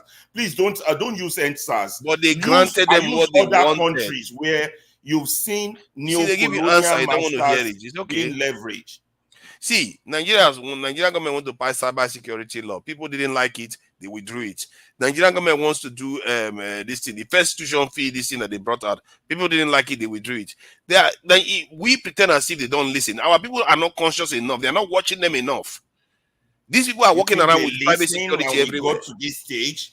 No, seriously, you got to look at the numbers. We are not demanding the right things. And I understand why. Why would anybody that is walking on the street care about Dangote Colonel Adeniyi answer my question on the 6 big ideas. So I'm not getting a satisfactory answer from you. I got to be honest. I tried. You tried, yeah. You tried. Okay. On those requests, you see, all those things you mentioned are fully embedded in the Constitution. They might not come out as an item. They might not be itemized like that as per the way you mentioned it. But you talk of issue of sovereignty now. In fact, So you're saying issues of check and balances are well mentioned in the Constitution, and yet the so-called people that are destined to make it happen are not doing their job, and there's no recourse of the law for them. Is that what you're saying? Are you talking of your own proposed constitution or the current constitution? I'm talking of my own proposed constitution. Oh, in your own proposed, okay. Yes, okay. Not constitution has a lot of flaws, a lot of loopholes. Okay. Yes, I'm talking of my proposed. So which area? The one of interest to me the most is popular sovereignty, because that's what really gives power to those who are in government. So if I'm as a citizen, I can deal with the person in power. Then the person really doesn't have that power. It's me that have the power. So how does your proposal deal with this? You see, that's why I'm saying that, it's a representative government. It's a parliamentary system. So the people that are going to represent you are voted for from the local government, from your ward, from local government, from your ward. And it's based on their credibility. So that during screening, those who have that bad background or bad credibility will be screened out. So it's only those ones that are clean will be voted for. And I propose for a digital voting using NIN as password, so that even anywhere you are during election time, you don't need to travel to your local government or to your village. You could be outside the country. Does your proposal have this thing? This thing, they say this 1999 doesn't have this thing whereby the people can, what's it called? I can't think of the word, where they can do not a recall, but they can call for a referendum. That's the word, I think. Yeah. Does your proposal have that in it? Yeah, it has that. If you want to recall, whereby, okay, we are not happy with the way this law is called, then we can call the Congress of the people to say we want this removed. Yes, or we want to change direction. Yes, you want to change direction. You want to recall a member. Your representative. Not recall a member, but in terms of referendum, let's say. Yeah, referendum. Yeah, to talk about an issue or a policy that. Let's say if few states say they don't want to be part of the union, do they have the right to a referendum and said, okay, we don't want to be part of this union. Is that included in your proposal? It's included, but you have to meet some requirements. You have to meet, because there's a requirement before you can say you want to pull out of Nigeria, for example. Some members need to agree to that. Not just few people will come out and say, so there is to be a required number, to get to that level. My last question for you, popular sovereignty. What degree of importance did your proposal give it? A sovereignty as a citizen, you're a citizen, you have the right to be voted for and the right to go and vote. And you have the right to demand accountability from those in government. So that sovereignty is there. It gives you all the powers that any other person has. Can you sue your state government for violating your rights? Can you sue the federal government? Can you sue your local government and demand reparation for whatever offense they've done to you? Does that proposal have that level of sovereignty? It has it. I took time to make sure that check and balances. You can question people in government. You can demand for, answers for anything, any policy they are proposing that is not going down well with people. You see the way it is. I've limited the power of those politicians so that people can really check them. That's the power. That's the essence of this constitution that I'm proposing. It gives so much power to the people that, and it's not what you have now that is difficult to remove a governor. That you have to easily, you can come up with reasons that you want to pull out somebody from government. So I made it so easy so that the people in power in government don't have so much powers that they Does can it grant immunity to those in government while they are still in government? No immunity. As you are there, you can be investigated, you can be prosecuted for any infraction. There is no immunity. That's one of the reasons that they are, I have no further questions. Loco P, your turn. No, before Father allows you. You've not answered my second question. Okay. And the second question, because I asked, second is that have you shared it with what do you call them now, with intellectual reviewers of like minds like you? Of course. I've given it to. You know why I'm asking? Because at a point, it shouldn't be I wrote again. I think because the Constitution, what you're trying to do, this vision should be bigger than you. It should cross over to this group. Yeah. Because when you continue to say I'm not denigrating your effort in any way, sir. You see, just let me cut you short. It is my thought, it is my contribution to Nigerians' problem, to solving Nigerian problem. You get my point. I sat down to look at the problems and look for and propose a solution. So, and I've given it out to National Assembly, and they are looking at it, and they said they will invite me for what we call a public hearing to come and expatiate on it. Maybe Father Olumide is trying to get in, or I don't know if you saw his message. Maybe your goal is to just put it in record that you did your part. I will assume of course, it is going to be your record that I did my part, but I'm sure my part addressed a lot of fundamental problems in the country. That's the point. That's the point. Maybe you should share it. But for me, as a student of education, I would say that have ideas like that. After you've written, we should have who you forwarded these ideas to, who have reviewed it and also could pass their own votes of integrity and correctness to it based on these values that we asked for. There's a reason why I asked for those values the other time.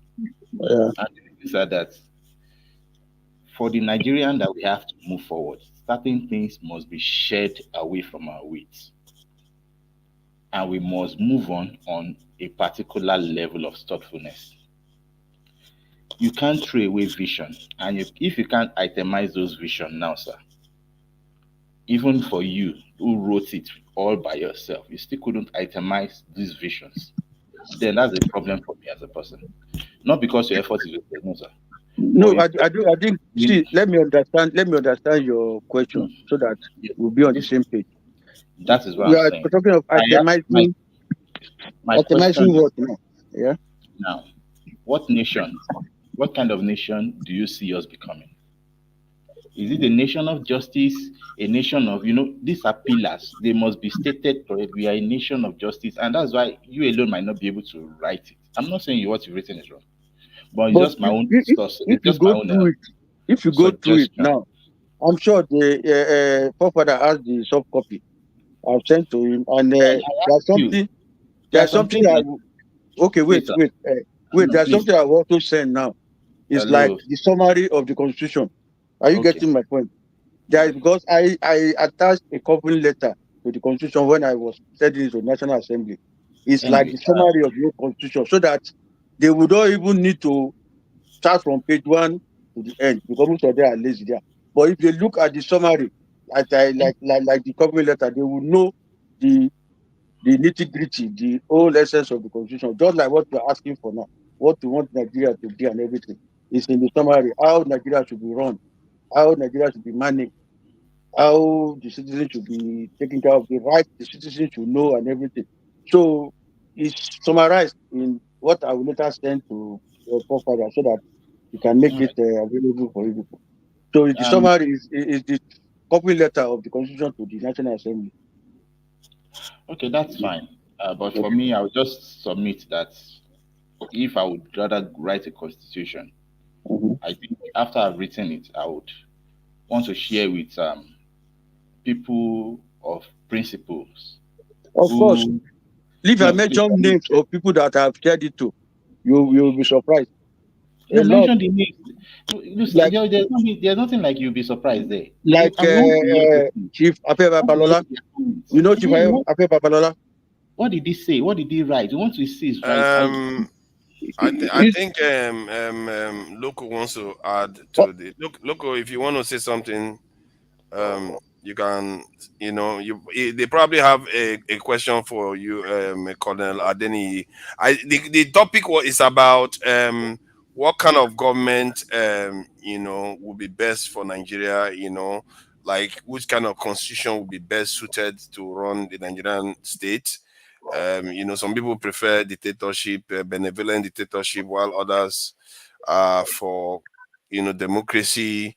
The Cornell constitutional provision is for local government. It's really centered on local government autonomy and power. So I don't know what you think about that. Okay, guys. Hello, how are you all doing, everybody? Cornel, well done, sir, for your effort. At least you made a step. Is no matter how small, or it is a good effort. It shows that at least no matter how small it is, you're still being patriotic. I think that's what we like in Nigeria. Being, putting your nation first. That's what we all like in Nigeria. For the question that I think Amy is looking for, the answer is he has the answer, even if maybe he doesn't understand how to give you the answer, but he has the answer because definitely he must go through one introduction, preview, or one step, one chapter 2, chapter 3, and whatever answer you're looking for is inside those chapters. You understand? I understand your question totally because if he's the only person that wrote that so-called constitution, you understand, he must have had an answer, give you the answer off heart to like tell you, yes, this. I totally understand what you're saying, but if he still cannot be able to give you exactly what you're looking for, yeah, it's still okay. You understand? But the most important thing is like there's something out there that is, that's for people to look at and scrutinize, criticize, and add to or subtract from, but just to make it better at least. But there's something that one can really, look into and revise and make amendment and make it better. There's something out there, and which is also good for everybody to look at it if they want to, because everybody will be saying we need to get, but nobody's even coming out to say, okay, we need to get. This is what I think. This is what I've written down so far. This and that. Everybody just wants a new one. So he is here right now to like, okay, bring a new one, and At least we commend you for that. Then for your answer, for that, like the type of government that we want. See, truth be told, any government will work. We are human beings. There's no follow come, type of government from creation of this world that it must be this one that works for everybody. Every government type of government will work only if there's sincerity of purpose for that government. You understand? If you say dictator, the person might not be the person might just be strict to like, I want this to be like this and it's like this. Stricto ascenso, like that, and it's like this. You might say the person is strict or wicked, but he's following the law and it must be that. You understand? So whatever government we're practicing is good. If not for the fact that the type of government we're practicing, we have greedy presence at the center of power who wants to hold power. You understand? We won't be complaining if he holds power and is making sure that development is going through the whole state simultaneously without selfishness or whatever. I don't think we'll be complaining that about this country. You understand? We have greedy people who don't have anything that has to do with nation building, always in hold of power. That's why we're all sitting down here complaining. From from federal government down to the state, I mean the 3 tiers of government. You get me? So whatever government we practice is good. I think, but the only thing is how we can change our mindset to say to be patriotic to our nation, to this is our own. We have to put it forward. We have to make sure is good out there. I was watching a documentary yesterday about a zoo from one YouTuber, the zoo in Calabar.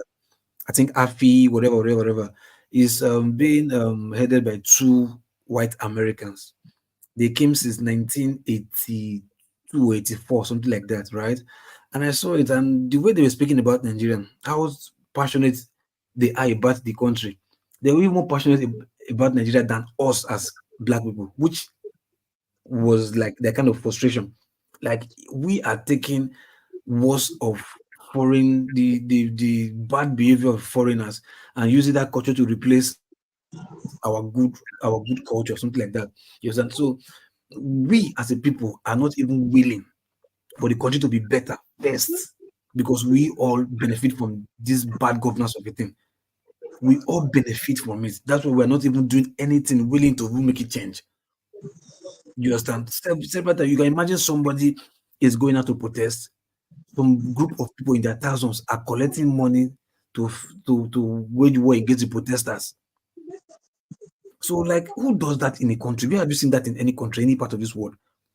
So, because we are not ready, we just think everything is money. Everything is whatever happens in this country. How will it benefit me personally? How do I make money from it? How do I cash out from it? That is an average Nigerian's mindset, and it starts from grassroots straight down to the federal. You understand? That's why I say any kind of government, anybody, whether it's the American type of government or the Lee Kuan Yew type of government or whatever it is, as far as the person who is the helm of affair is nation building first before anything, even before himself. Trust me, we will not be here thinking saying what we're saying. So, in a nutshell, any type of government will work, but we have to first change our mindset to make sure, yes, we put the nation first, so that whatever type or whatever kind of government we want to practice henceforth from Nigeria will work for everybody, because whoever is in the helm of affair wants betterment for everybody. And once again for the Colonel, a good one for what you've written and other stuff. And I know if you have good maybe rapport with your House of Representatives, somebody in the Senate or whatever, maybe if they have you in mind, they can, if they have nation building first, they can take it from you, discuss it among their peers. If they see there's anything like they're going to add or remove, whatever, they can call you for hearing, and you can go there and present your stuff. And also, it's because of the type of politicians, political movement we have in this country, it may also be good to give, like you said, you send copies to Afe Babalola. That's nice one too. So it might also be good to also send this to across the nation, east, west, north, south, and all that stuff, so that if you also have maybe let them know that these are the people who you send this stuff to, maybe that will also like, oh, okay, this guy means what he's saying. At least we have prominent Nigerians who have read this stuff and they're okay with it. So we shouldn't, throw it aside as if we don't know what we're doing. So that's a good one, nice one.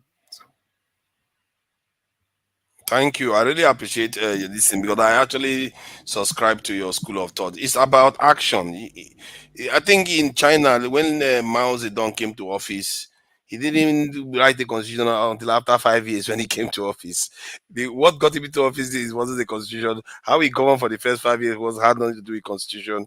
It's just that in the end they did the constitution and they've reviewed it over time till now. And look at where China is today.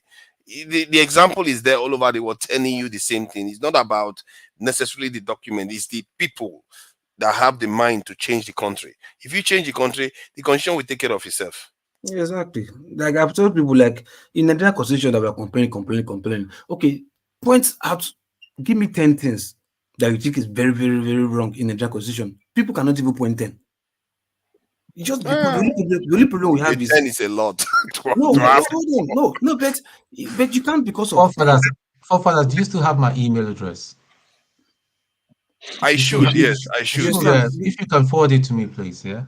Seriously, you want me to give you your email address? Is that how it works now? No, the document. I thought, okay, I thought you were telling me to give you your email address. That was confusing, though. No, I can. Okay, I'll email you. I'll just. Yeah, email me so that I'll forward. Okay, the constitution, I'll forward it to you. Okay? Yeah, for the constitution. Okay. Sorry, Mr. Loco that said that people should point out what the things that are wrong with 1999 constitution. I can tell you some now. Like the issue of bicameral House of Assembly now. We don't need it. It's a waste. Sorry, Mr. No, hold on. Sorry, Mr. Hello? Okay. Yeah, no, sorry, Mr. Denny. What I wanted to say is like when I say you can't point 10, right?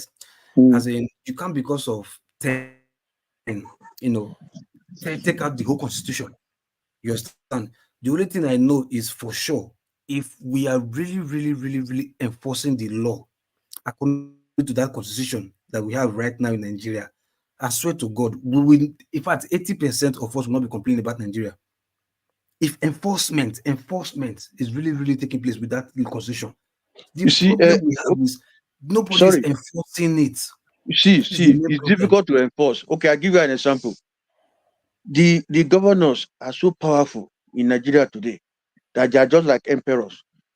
They have immunity that is giving them absolute power that nobody can check them. Now look at when the president said, let local government have their resources directly. Under Buhari said the same thing. They refused, and there was nothing Buhari could do. Now Tinubu now came and took them to court. After even the court judgment, they are still refusing because they are still basing on the constitution that the local government, the constitution has put local government under the governors, which are some of the anomalies.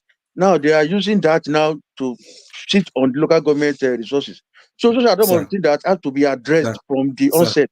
So that yes, okay. So we have rights. There are laws that are in the constitution, and they are executive laws. You understand? Look, the governors, you say that support, no matter how powerful they are not bigger than any country. You understand what I'm saying? The people themselves, they are not so willing.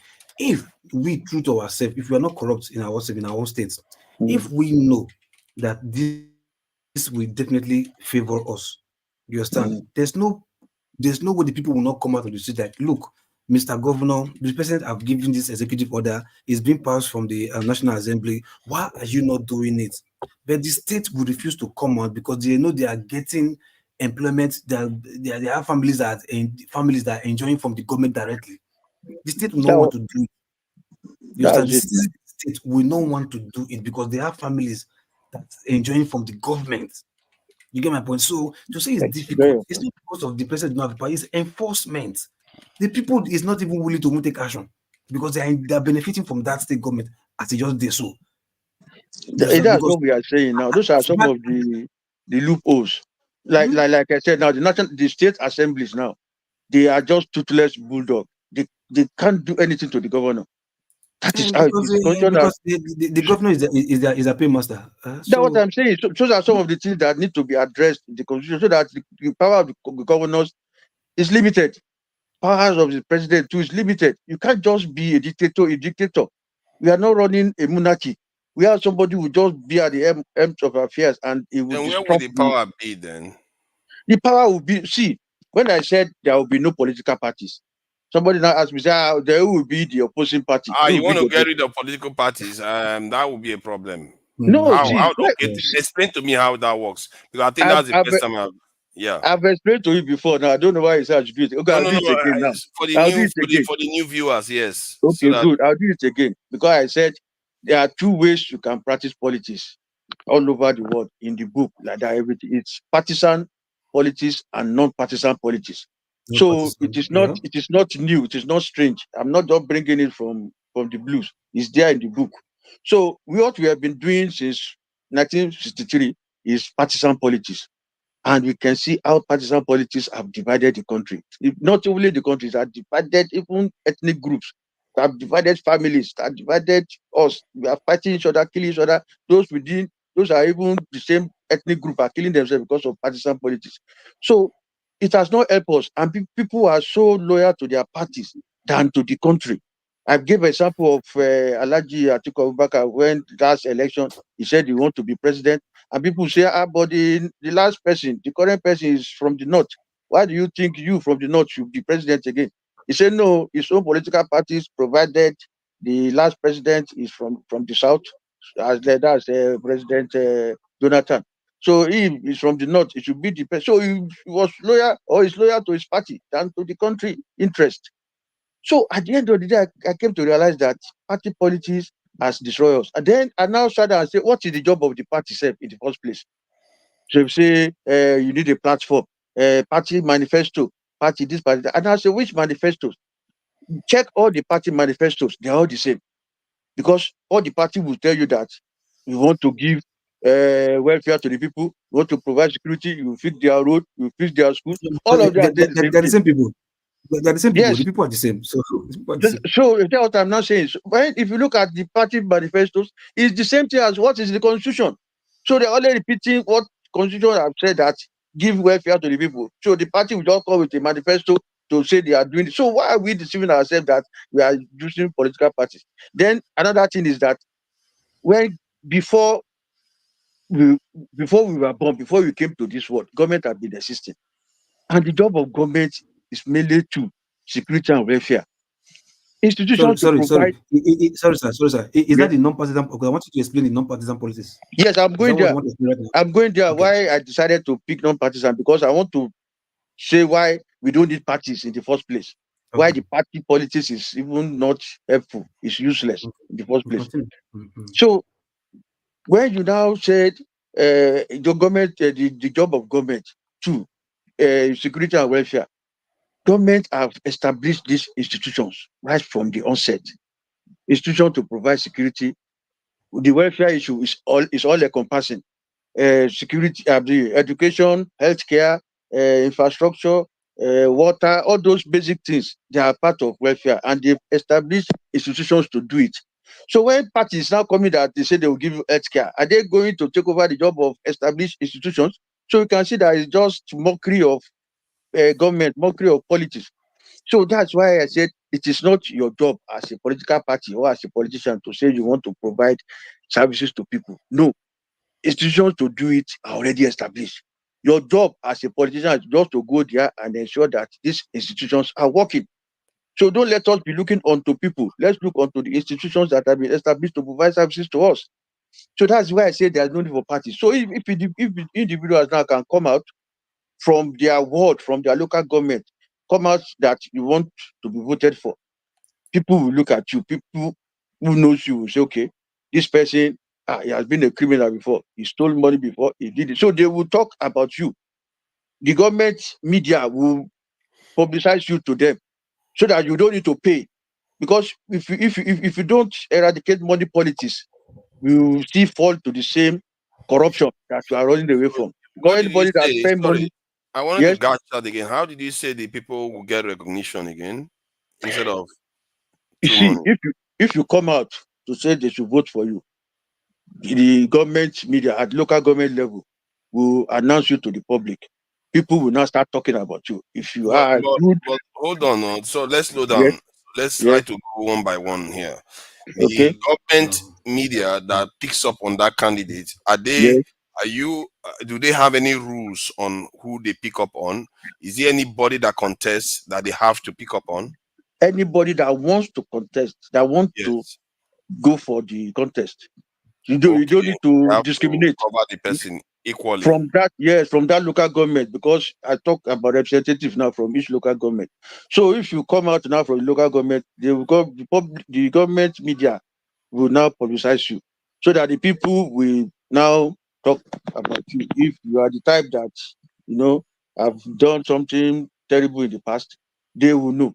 And from there, they will start screening you out. During the screening, they will come and say, somebody said before, you are this, you are that, you are this. So they screen out people who are criminals.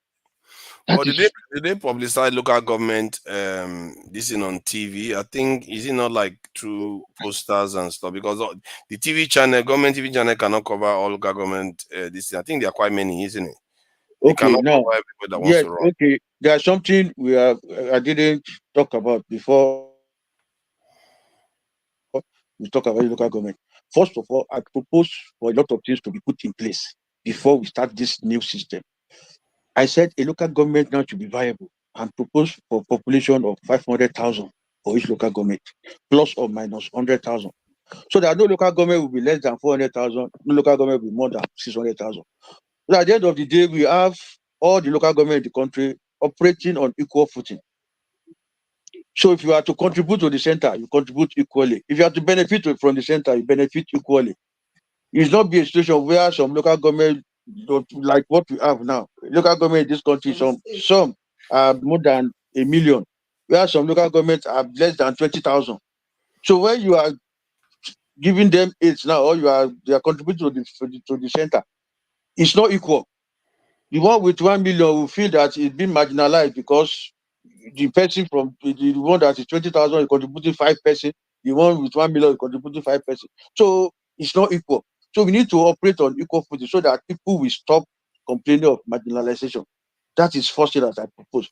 So I give the task to National Population Commission and National Boundary Commission to do that one for the country first, so that we have local government that will evenly, establish and operate equally.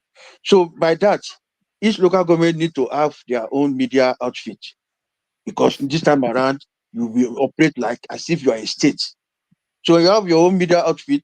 People now that want to contest come out. The media will take over from there, announce to the public. The public talk about you.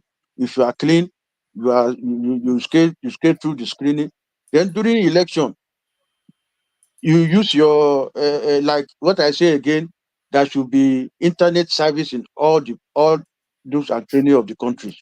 People say it's not doable. I said it is doable. We spend close to 400 billion on election every time we do election. If we take just 100 billion naira, we can put internet service in all the parts of the country. And it's not a wasteful project. It's an investment, because if you put internet service all over now, people will pay, will buy, what do you call it? Buy data, Data. and government will make back their money. So it's not a waste. So if you have internet service, I think that is doable. Where Look, I yes, think brothers, where I disagree. The truth is, where I disagree with him you say, is simple. Look, in a you say society, what? they have to be. I say Eh? where I disagree with you in terms of that how to contest. Like I'm not finished. So let me just finish. So okay, sir. that when I Sorry, sir. finish, then you can now Sorry, criticize. sir. So Sorry. when there is internet service all over, then during election period, after individuals have cleared through the screening and the time for election, your NIN, everybody should be given NIN this time around to make sure that you are a citizen of the country. You cannot use your NIN as your password to enter the service, the server of INEC during election. So when you put your NIN, it will screen you. If you are less than 18, you are disqualified. You are you are not eligible. But if you are more than 18, you proceed. The list of the region come out. You click your region. From region now, all the local government will come out. You click your local government. Then you click your local government. The people who have sailed through the screening, their faces and their name will come up. You click the face of the person you are voting for. So you could be any part, anywhere in the country. You don't need to travel to your local government. You could be in Lagos and vote for your candidate in Maiduguri. You could be outside Nigeria, in Germany, in UK, in China. As long as you have an internet service, you can vote. So take care of diaspora voting and all those things. So you be in your house drinking your beer and you are voting. So all these things are doable. If when you do these things successfully, countries will emulate us that yes, this thing that is going on in Nigeria is okay, because you don't need to go out again and queue behind somebody or hoodlums will come, thugs will come and be scattering the ballot papers, scattering ballot materials and breaking people's head there, or rain will fall in some. So all those things will be. Yes. Sorry, Colonel. Yeah. It's in a very ideal situation. That Yeah. is a wonderful idea, but with the kind of the internet infrastructure we have in Nigeria, I doubt it will work, and I'll tell you why. That's why I say that we need to put a lot of things in place. No. Yes, that's what I'm trying. That's what I'm trying to Tom, say. Like the companies that run the internet in Nigeria need to be kicked out in the first place, because you need to make it so robust. I mean, the especially security infrastructure around the ISPs, because you don't want people breaking. Because very very brilliant people can break into this system and circumvent and deceive the system. I could pretend. I mean, you could pretend. I could pretend to come from, say, Oyo State, somewhere in Oyo State, and all that. So, if we're talking about something that will be based on internet, are the government, are they ready to spend that kind of money? And if it's especially for security around that infrastructure, it's very very important. It would be nice if we can implement it, but can they? Just like you said now, somebody who supports government institutions to work. I never supported the idea of government selling Nitel in the first place. Nitel should have been the national carrier that would give us internet service all over the country. And so we need to satellite now. So we need to revise it and put so many things in place, like so that we don't depend on the on all these foreign GSM provider and internet service provider. Do you know the person that is referred to as the father of the internet? The person that is referred to as the father of the internet is a Nigerian. He's from my town. Okay. America don't joke. See, we have brains outside that know stuff that when they come back, they can build a very, very, very tight and robust system. For me, those are the things that we need to do in this country to move forward, so that we do things seamlessly. You get it? To get internet service all over the country. Like you say, you are talking of hacking this system now. Good. Even if somebody successfully hack it, you will only hack it maybe for your candidate that is in a local government. It might not affect other people that are still voting in other local government, because you are not voting for one person as president this time around or as governor. You are voting for just a representative in a local government in a ward. So if you successfully hack it, you just hack it for and at the end of the day, if you are able to restore it back, it's only going to affect a small area, not the whole country per se. So that's the way. Mr. Konesa. Yes. Mr. Konesa. Yes. From half of what you said, right, concerning the non-partisan, right? Because I was expecting you to explain to okay, let me say I got what you're trying to say from the non-partisan part of politics. Yes, but I completely agree with. Then the other part of your submission, where you're talking about the how to vote, remotely. Yes, that's technology, where anybody can also do that. Yeah, because I, for one, I've been advocating for diaspora voting. All since at least everybody in the panel will tell you, I've always advocated for diaspora voting. Like we have to. You understand? Wherever we are, so at least we can contribute, in that nation building too from wherever we are in any part of the world. But for the non-partisan, when it comes to organization, sir, if you say you throw it to the air, like you don't have to be party. Anybody who's interested with maybe a good character or whatever, you announce yourself. Sorry, that may somehow the organization will be kind of cumbersome. You understand? Difficult. But by the time they are these people are organized into sects, which is like party-wise, organized into sects, they can talk among themselves, like, okay, who the people who choose that is competent enough to govern them, You stand under a party. You stand or other whatever. If you may not call it political parties, you might call it organization or sect or group of whatever. It mustn't be political party. Yeah, just because of this is what we find ourselves right now. That's what we call it political party. But if you can put yourself together, talk among yourselves, speak your language, your parakbo, whatever it is, and bring out whoever is going to You see, lead you, then from there, rather than from there now, everybody coming lobbying. with local government. Okay, Mr. Aluko, from there, lobbying will come in. Money will start exchanging hands. Then Yeah, corruption will come. So that's all it now things that have to be. goes back to no, sorry. It now goes back to what I was talking about the people. You see, Also to the people. So if you say lobby, like so, that means what is happening in this government is not bad. It's just because of the lobby and the people trying to make money that is the issue. because you created room for it. If the people refuse, Because that's why I'm saying that you need a system that will limit the excesses of people, limit the powers. Before you know now, what somebody about you are talking now, start enforcement? sharing money, start sharing rights. Okay, nominate me. But if it is individual something that comes, is within a local government, and in the constitution that I put there is still requirements that you be meet, your qualification and everything. So even the old people that are coming, In the individual, it may still be highest bidder. See, if you are corrupt, you are corrupt. Whether you go as individual or go as a party, if you are corrupt, you are corrupt. Because if all of us go as individuals, you understand, it might be who owes the bigger money. Because I might be the richest person in that village, and I might be corrupt. And if we decide to go individually, I might still be do the same vote buying. I'm like, oh, this guy I get big pocket too. Is this man? It's not the party now. This man has big pocket. Let's also vote for him. So if that vote buying still wants to happen, whether you do it in a party way or non-partisan way, it will still happen.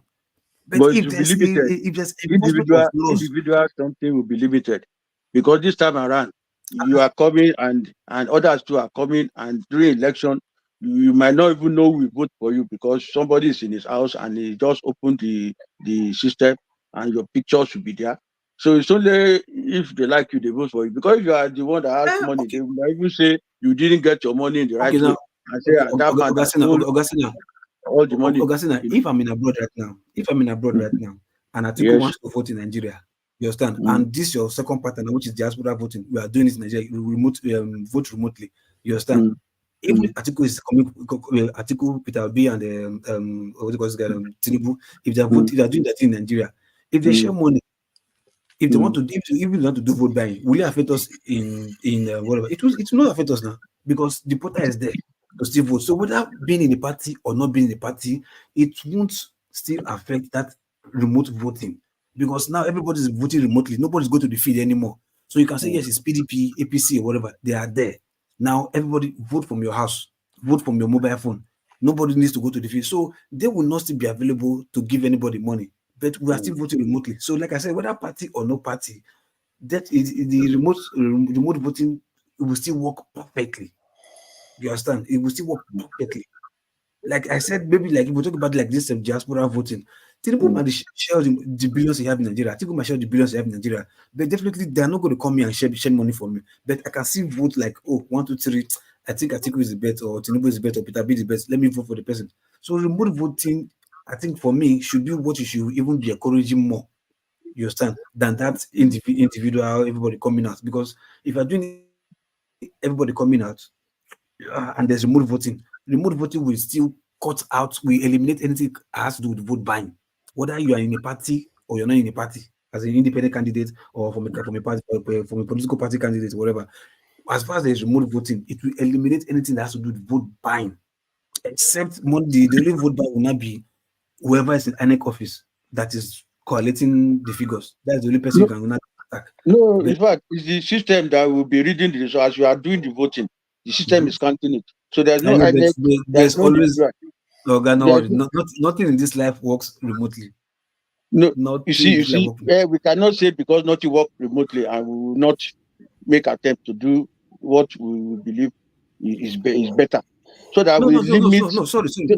When I say remotely, right, there's nothing in this life on the surface of this earth, no matter how 100% it is, human being will always be involved in controlling it. That's what I'm saying. So if you are saying computer right. Voting, even if human being is there to control, it will not control for one person. You see, you can only do it for one person, and you are not voting for one person. You are only voting for representative in a small local government. You know, Okay. we are Yeah, no, talking like I of said, So sorry, let me just ask: does this system not have governors? the same thing will happen to select a governor. You know, the governor in a region, we have governors in a region, but the representative that will be voted for in the regional government, you know, is what do you call it, parliamentary system also. We have House of Assembly at federal level, House of Assembly at regional level, House of Assembly at local government level. So 3 elections now. So we do local government election. The people from the wards, you know, we have wards in each local government.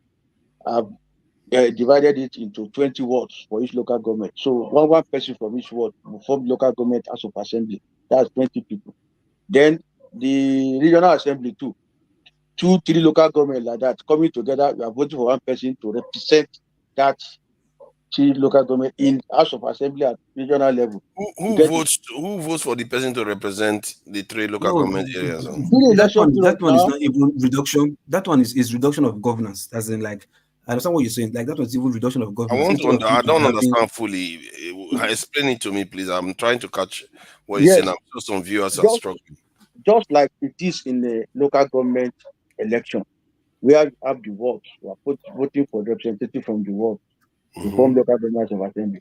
The one that will form the the regional house of assembly, they are from the local government. You know, the people too will still vote for this time around. You are not talking from the wards again. It's from the local government itself that you are voting for a representative that will represent your local government at the regional house of assembly. You get the point now. So the same thing too at federal house of assembly. This time around, you are bringing in 3, 4, 5 local governments together. One person will be voted for.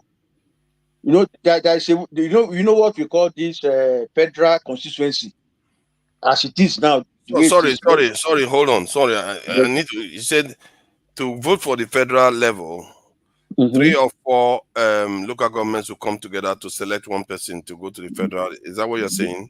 Yes, because there will be carved out federal So constituency. who votes for this thing? Is it the people that vote for this person that goes to the top, or just the assembly members that vote for this person that goes to the federal level? The local government people will vote for their Okay, vote for. representative. So all of them are voted for at the same time. Not at the same time, different days. The days for local government election will be different. The days for regional assembly election will be different. The day for federal House of Assembly. So it's 3 days they are voting. You understand?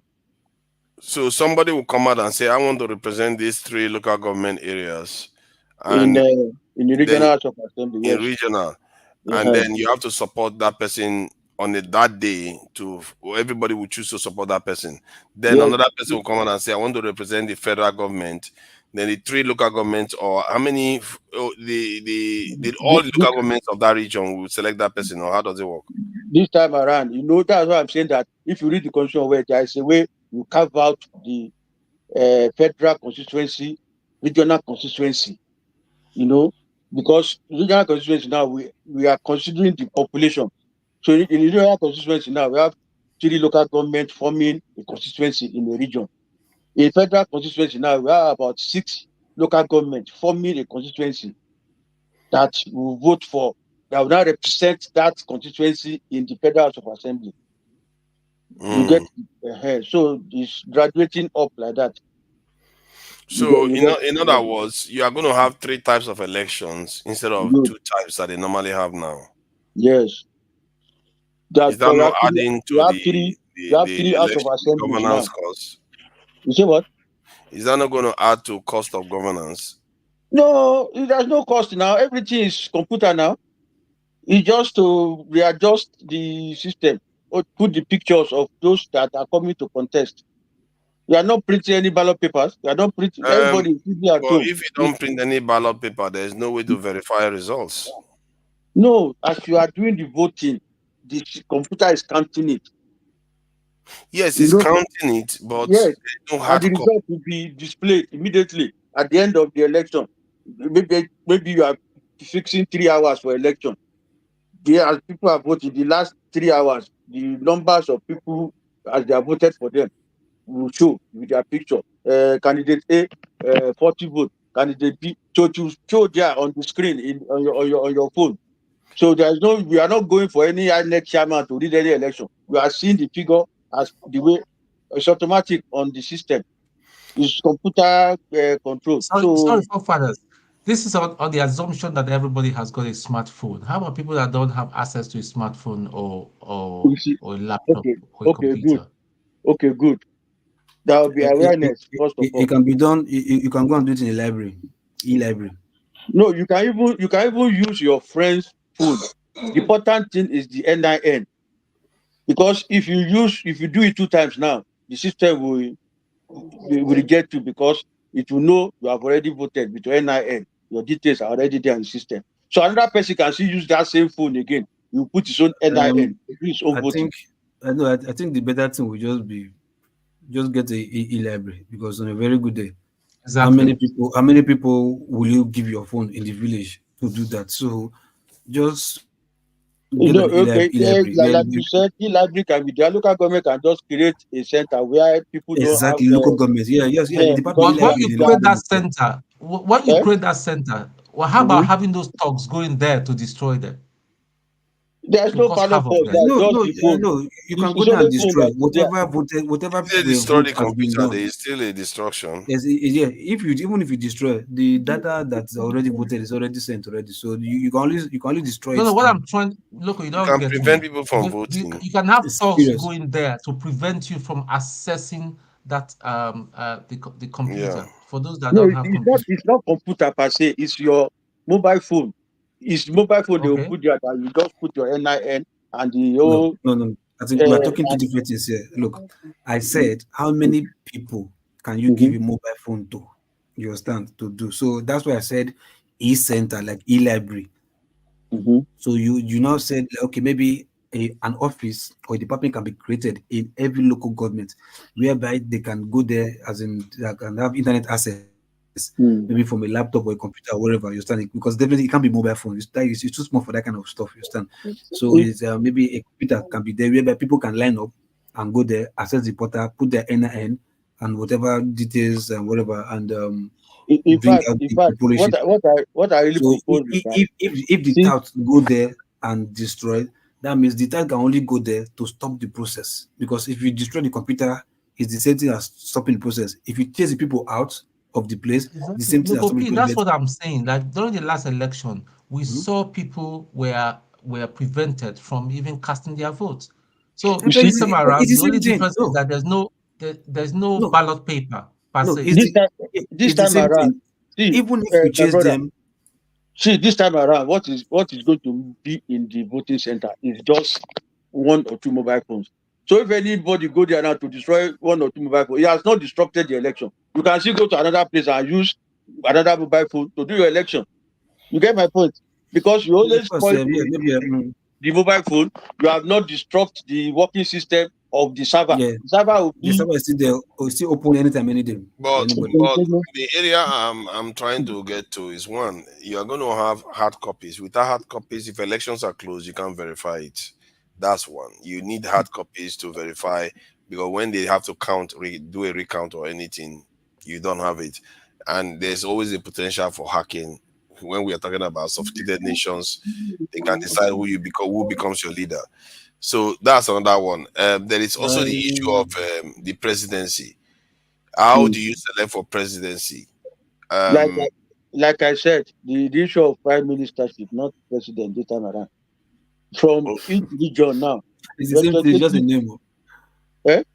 It's the same thing. It's just name. It's the same thing.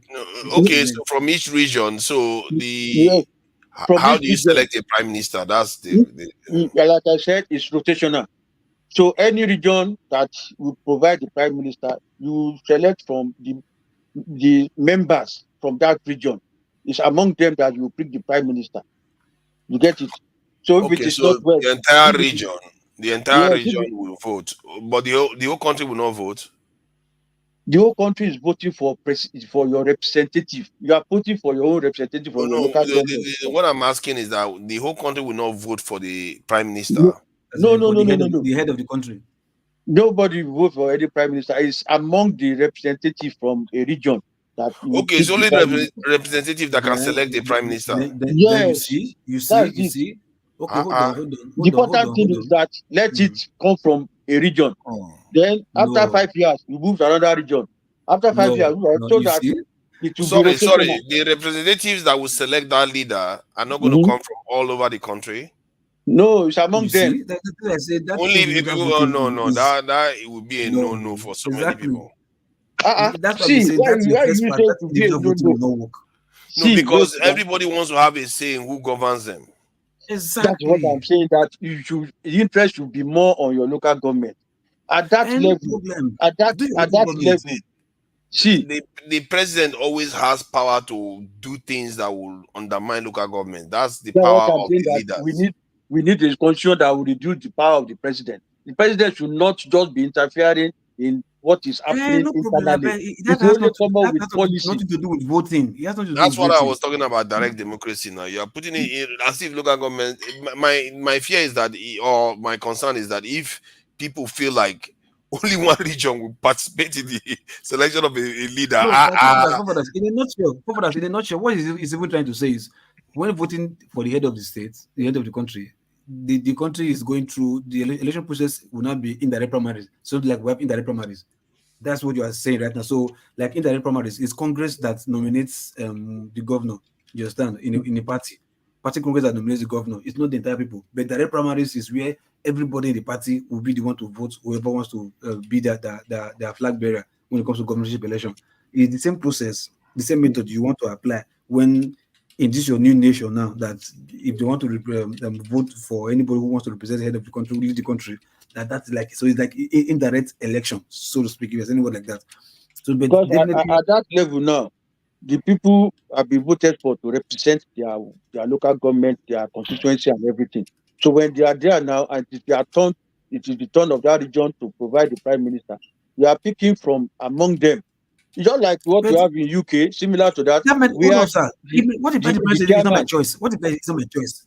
You say What if what? the prime minister is not my choice? What if the so-called prime minister is not my choice? How? I don't understand. Okay, now, I voted you according to you right now, right? Mm-hmm. When it comes to local government, we voted electronically to get our local government, whatever, no problem. Settled, right? Mm-hmm. Good. Now it now comes to who is leading the country. So you are now saying in that election, I don't have rights to vote, or I cannot vote. It's only those that I have asked to represent me that has the power to elect the leader of the country.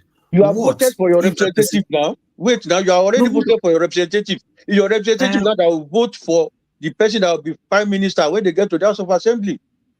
So that okay, you now okay, reduce what will not be the function of the prime pressure. minister?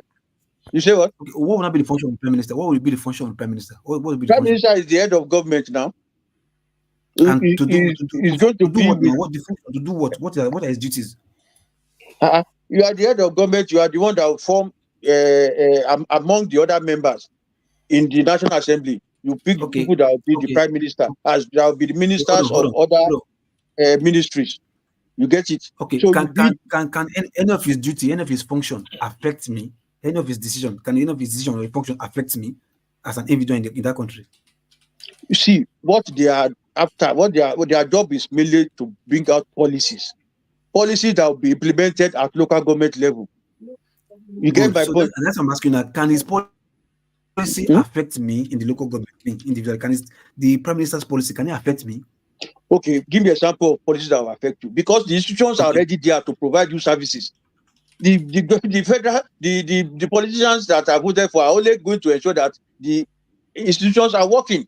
So they are not really going to do things that will affect you negatively, because your institutions to give you healthcare, to give you education, to give you basic services are already established. So in a country, in a country, look, country grows, right? In America, in America, UK, all those first world country, they have basic amenities. They have it, but they secret policies, that will develop the country, that will either make or mar the country. Those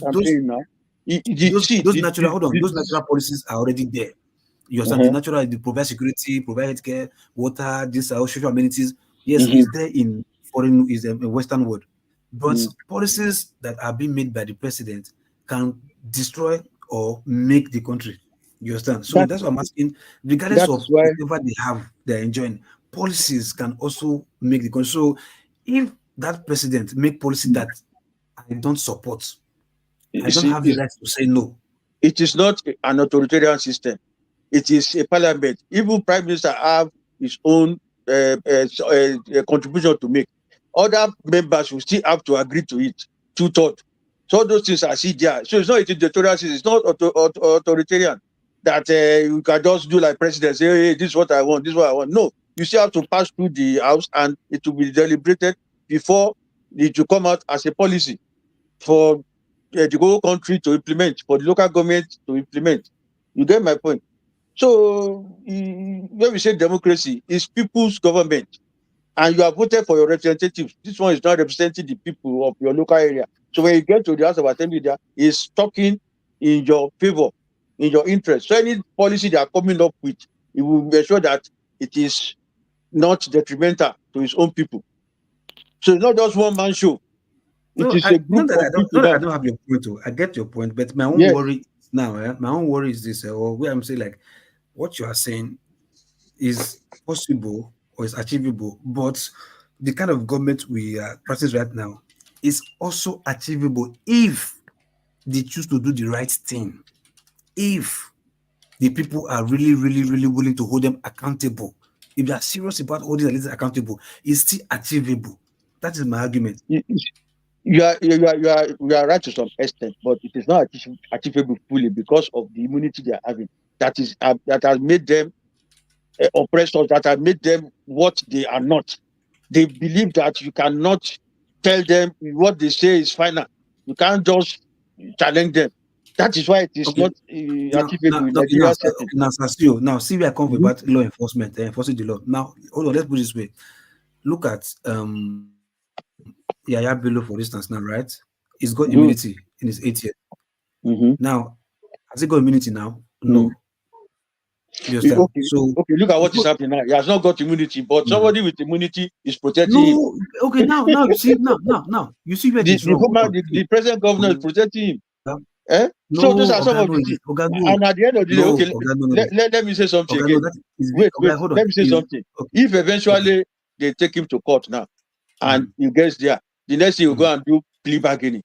Out of the 80 billion naira he has stolen, he will say, okay, I'll pay 10 billion. Leave me alone. And you disappear with 70 billion. So that's some of the problems we are having in Nigeria that is not making Nigeria to work. That's why some of these ex-governors are free today. They go there, do plea bargaining, all the money they stole, they refuse to return. They just pay back little. And they are there in the Senate. They are there in their ministers. I agree. One thing I will say about this immunity is this. Look, the immunity, there's no immunity that covers Yaya Bello. No existing immunity. We are saying the same thing now. Immunity does not cover him, but the current governor is now protecting him. No, it's not protecting him. What do you think? That the person that ought to do his job is not doing his job. It's not so. Okay, you're just like you are there right now, right? You have your glasses on your face. You are not supposed to wear that glass at night. You are wearing it right now. It is my job to take it from your eye, not to wear it. Right? But I'm refusing to take the glass from your eye. You are saying no, it's because you are too strong. That's why I cannot take glass. But it is me who refuse to take it from your eye. That's why you are still putting it on. You understand? So it's not that the immunity is there. Because if you say the deputy governor does not have immunity, the wife of the governor does not have immunity, how can an ex-governor not have immunity? It's not possible. No, I'm not saying the ex-governor has immunity. I'm saying the current governors has immunity. And it's using immunity to protect Yaya Bello. What about Yaya Bello is this now? So if any governor, okay, like I said, it's institution that is failing us. If ex-governor fuck up, no problem, fuck up now. After you come out, if the what's it called, the law hammer fall on your head and deal with you decisively, the next governor that is about to exit will know that if I fuck up, if after my tenure immunity is over, they will still come for me and deal with me. So by so doing, nobody will want to error. But because they know that the law is weak, the law is not enforceable. Like you said, maybe because if they catch them and they go do plea bargain, because the penalty for diversion of funds or embezzlement of funds, if the split blanket is okay, if you drop so and so amount, and that according to the law, we let you go, and your case is you are free to go, then that law should be amended to say no. If you thought you steal, you will drop every fact. You will drop the money and even pay interest as an ex-governor. So if that law is amended to that, because I will not say they should kill them like China does that, like you should unalive them like China. No, I was like, okay, if you are the corrupt governor, once you leave office, you are being prosecuted and you are found wanting, you pay the total, to the glass kobo that you stole, and you now still pay interest. You understand? So if the law deal with you in that format, trust me, there's no stupid governor that will say, after my tenure, I want to embezzle. When he knows after his tenure, it's going to be dead too decisively. Nobody will try it. But like I said, because the law are not enforced fully, that's why we are where we are.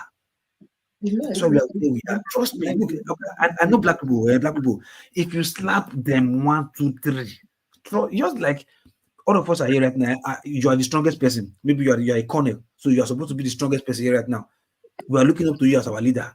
If one small boy from nowhere come mess you up anyhow, fear not let me look that small boy now, because I don't say, if this small boy fit deal with my guy, I thought that be that now. So psychologically, I'm defeated because we are looking up to you as a colonel general who's mighty and powerful. But one guy from one community just come, maybe mess you up, like say nothing happened. Automatically, psychologically, we are defeated because you are our only hope of strength or whatever. So that is, if Nigeria decide to say no, let's deal with these ex-governors decisively. Go down to the local government level. Fear not let anybody try anything. But because the institutions are toothless, like toothless bulldog, that's why all this nonsense is happening. Nothing else. You see, I think you have a point. You have a point. I like your work in terms of an element of the rotational, and especially local government. It lets means know what everybody will support local governments because they are closer to the people, having a lot more agency.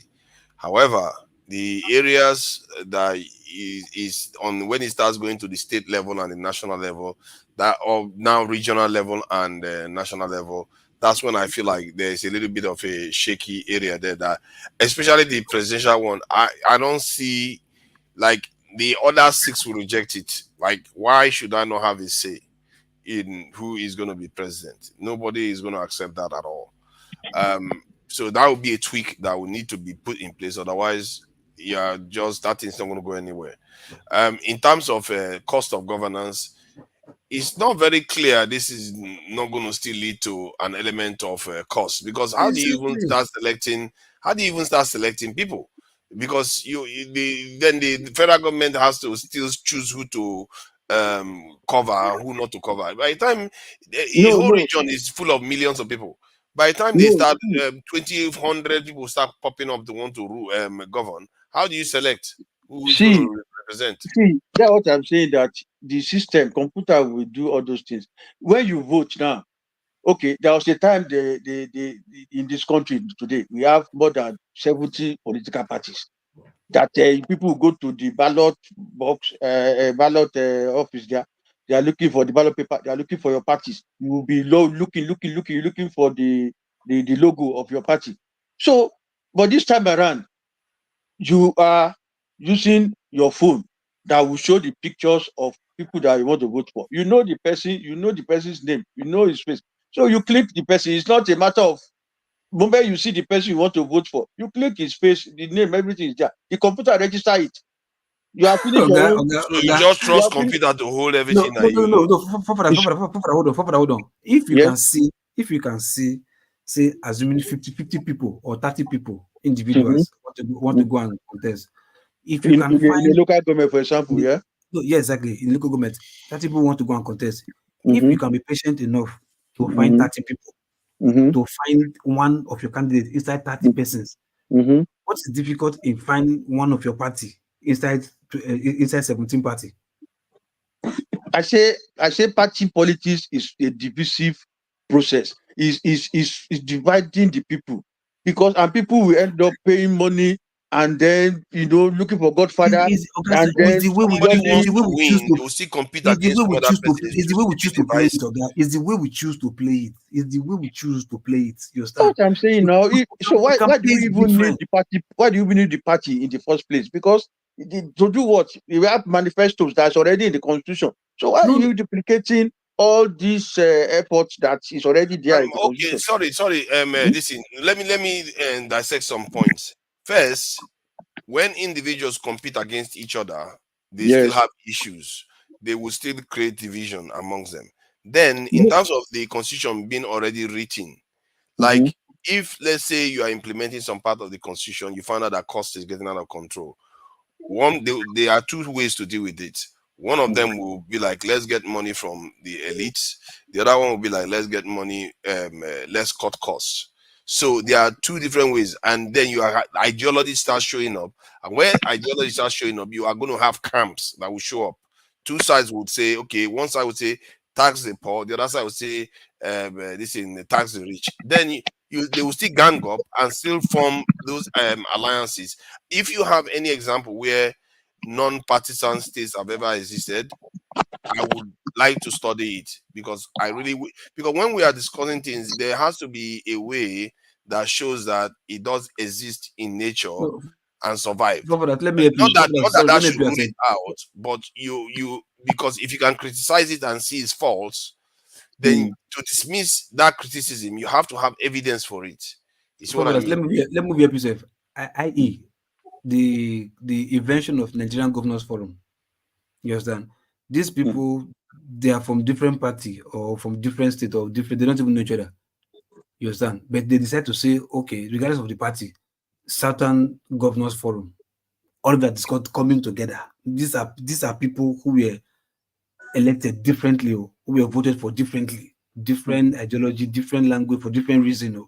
But because of the stupid ideology, the greasy mentality that they have as governors, they now form Central Governors Forum or Northern Governors Forum, where they can come together and liaise among themselves how to continually impoverish people. So if you still have this ideology, this individual people coming together, you understand? Just the way we have it in the Labour Party. They said no, everybody obedience. But by the time the Labour Party, like from Edo State, when they got to the Senate and House of Assembly, what did they do? They were doing also what they made them now. They got there and like we do the same thing. You understand? So if you elect these individual people, greediness can still enter their mind, and one will still pollute the other person and say, okay, now that we have power, man, let's come together and be eating the money. Let's forget about the people. So it's the individual intent. It's not even the party that is pushing them to do it. It is what they choose, one greedy element that is in them that is saying, oh, we have the power now. The people has voted us. They believe in us. Let's use this advantage and cheat them. And they start Okay. doing it. Let me come in now. You see, it's like you have forgotten the import of the constitution from the beginning. Like I said, there is that check and balances is still there. This time around, like I said, somebody asked who will be in opposition and everything.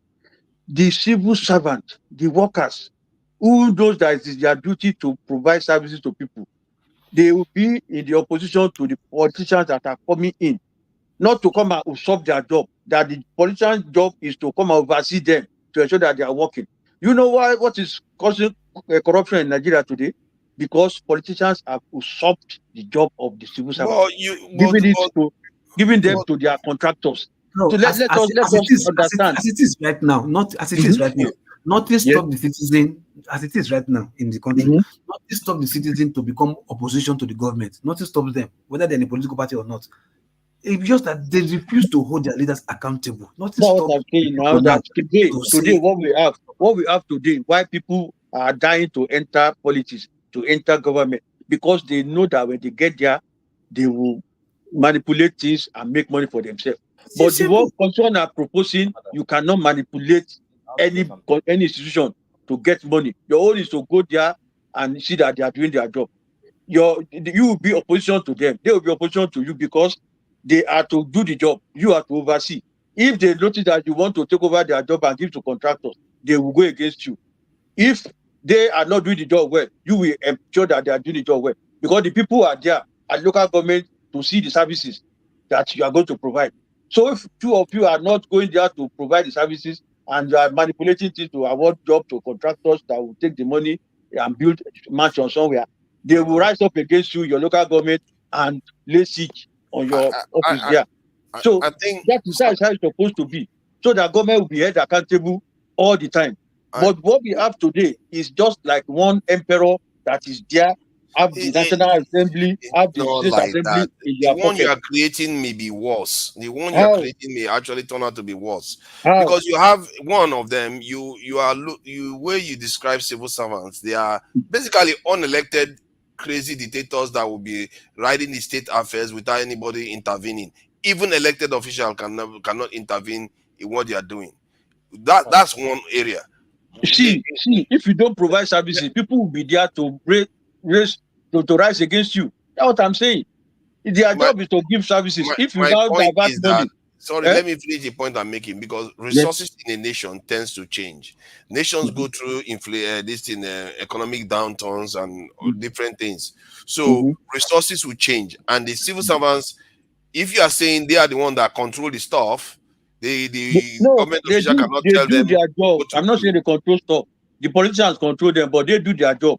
They are going to resist politicians that want to take over their job and give to contractors. Okay, look at what happened in National Assembly about some years back, where the workers in National Assembly have to rise against the clerk of National Assembly that So they you don't are want to saying pay. that basically Let me finish what I'm saying so privatization is that you not allowed. understand my point.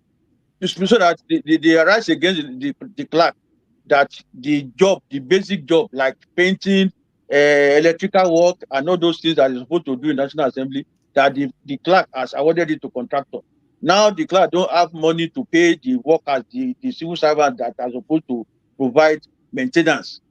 So they rose against him and they say, no, don't give our job to contractors, to outsiders. What are they there to do? What are they there for? They now say the guy didn't have money to pay again, didn't have money to pay the allowances because he said he has awarded contract. They rose against him and they have to resolve that matter and ensure that. Dan, So I want to that's how it's understand where supposed you're to coming be. from. Are you saying that the civil servants will not allow, in any circumstances, politicians to award contracts to outside contractors like private institutions? Because it's their work to do it. Okay, look at road maintenance now. Is it not the job of Minister of Works? So what the politicians should do? Sometimes they may not be the most efficient people to do it, You see, especially when the state is strapped. In that case, why not get the efficient people? Because on a very good day, like as a civil engineer, what are we talking? You employ the skilled laborers and let them do their work. Come against that privatization of government work. You have Ministry of Works. There's supposed to be maintenance department. You understand? Whatever it is, because whoever have the skill to construct also have the skill to maintain. You get my point? So you have Ministry of Works who will do the budgeting, do the design, do the supervision, everything. You understand? Do the construction. You go and give it to road maintenance agency. Like what the fuck is that? Why will you do that? No, it depends now. Like I said, when you are having problems in the economy, I've seen that in the UK where they have like something like the NHS and the government wants to cut money. The civil servants will push against it because they don't want to lose jobs and they feel like they do the job better, which they tend to do better. But the government has to cut money to pay debts, to do certain things, and things need to happen. So they say, okay, there's this private company that can do it cheaper at this time, that I need to lay off some civil servants. And then the civil servants will block it. When they block it, you know what is going to happen? The government doesn't have money to fulfill its debts or anything. Then the country goes into a sovereign and this financial crisis. And guess what? All those people will be fired. So we have to be careful. You have to take the holistic nature of capitalist economies, except you want to run socialist economies. You have to take that into account. See, when you're talking of capitalist economy, it cannot work fully in Nigeria because we don't have the capital to do it.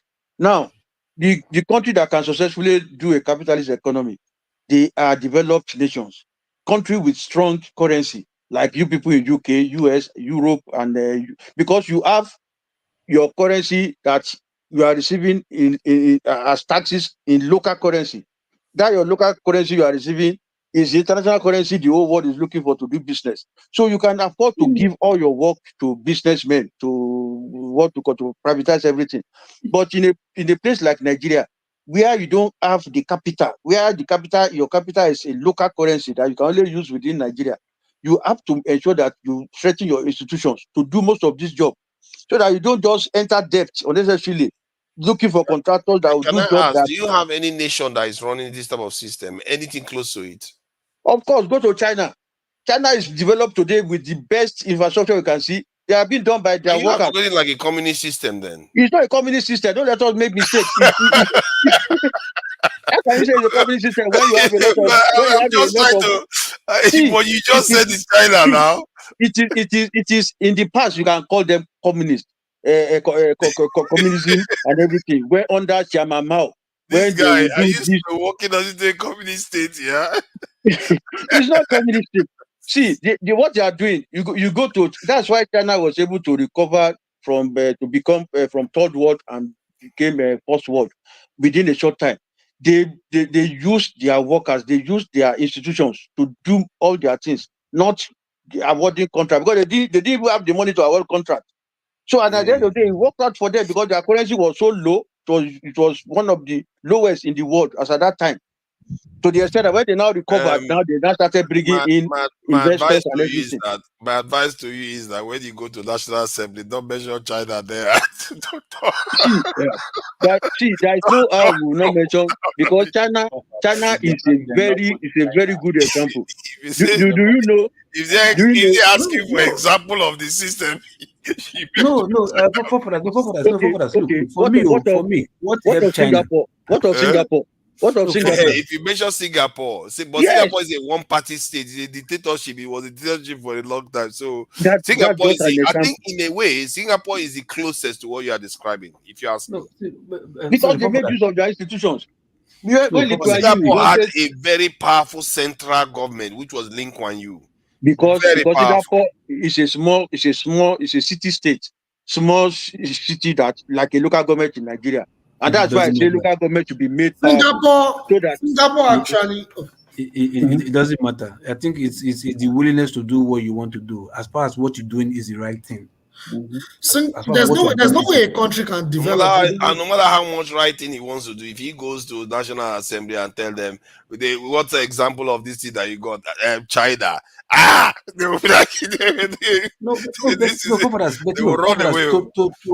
Frankly speaking, right? What really helped China? No, I agree with you. See, I don't have any qualms, but they will run a mile if you mention China. Because you are talking of communism as if it's something terrible, something dangerous, something bad. That is bad. You shouldn't be saying that. If you want I'm telling you about the people you have in National Assembly. They will not want to hear it. They are capitalist in nation, or they don't want any government institution to work at all, because that's where they will benefit. But most capitalist states are functional, though. Like in the world now, most of the capitalist states are doing well in terms of Western and some Eastern capitalist states. They are doing fine. So it's not the capital. I think Loco is selling the same thing. Jide, in a way, has said the similar stuff, and I'm saying similar stuff. It's not those things. It's not what you write in a paper in a constitution that is going to determine what I do well. It's the people. If the people decide that I'm going to fix my problem, I'm going to make sure our agriculture do well, we eat fine, our security is fine, our electricity is there. The constitution is not going to write that electricity for you if you are not ready. Nigeria is a big proof of that. We've written different type of constitution. Even the election, this thing that we ran, this last election, they thought it was bulletproof. And Nigeria broke the bulletproof and went past it with bad character.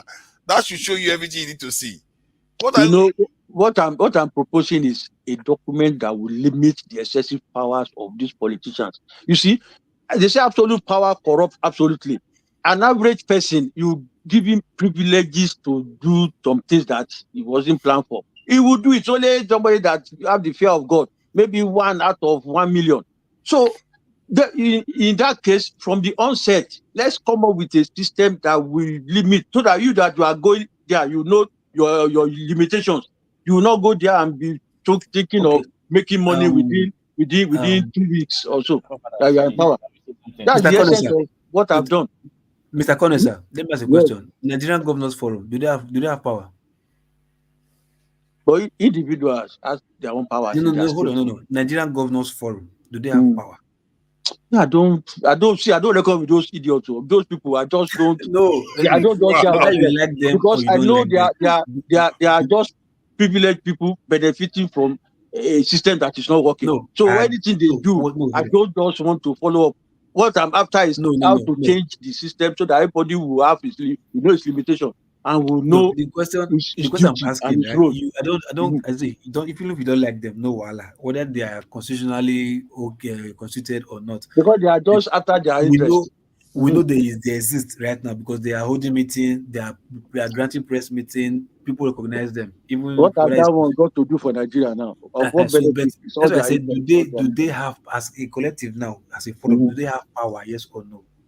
Power to do what in the first place? This type of powers are you talking about? Is it power to make laws or power to decide? No, power to change anything, like the way maybe a government will work, or a president to influence presidents or influence decision making in the country. Yeah, all of them coming together as a forum. Do they have power? They have powers to do things that will benefit them. Okay, look at the time of Okonjo-Iweala. When Okonjo-Iweala was making some savings from excess crude oil sale, they all came together and said, no, that money belongs to the federation. Okonjo-Iweala should share the money. They used their influence to go to Supreme Court and they forced Okonjo-Iweala to share that money. So those things are just what I'm saying that now. Hold on. Now, the power of okay, thank you very much. Now you just agree that they have power. Now these are governors who don't know each other before. They only became friends because they are all governors. They are not related. Some of them speak the same language. Some of them don't even know each other. Some of them don't even like each other. Some of them are from different parties, different religion. But they have one common interest that connects all of them together because they are all governors. And it was one person that started this whole nonsense to say, guy, as a governor from the south, if all of us join together and who make our forum strong, we can tell the president what to do, and he can't do anything. You understand? We can choose the president and choose all the senators. They say yes, we have power, and they became powerful, right? Good. Yeah. That same mindset.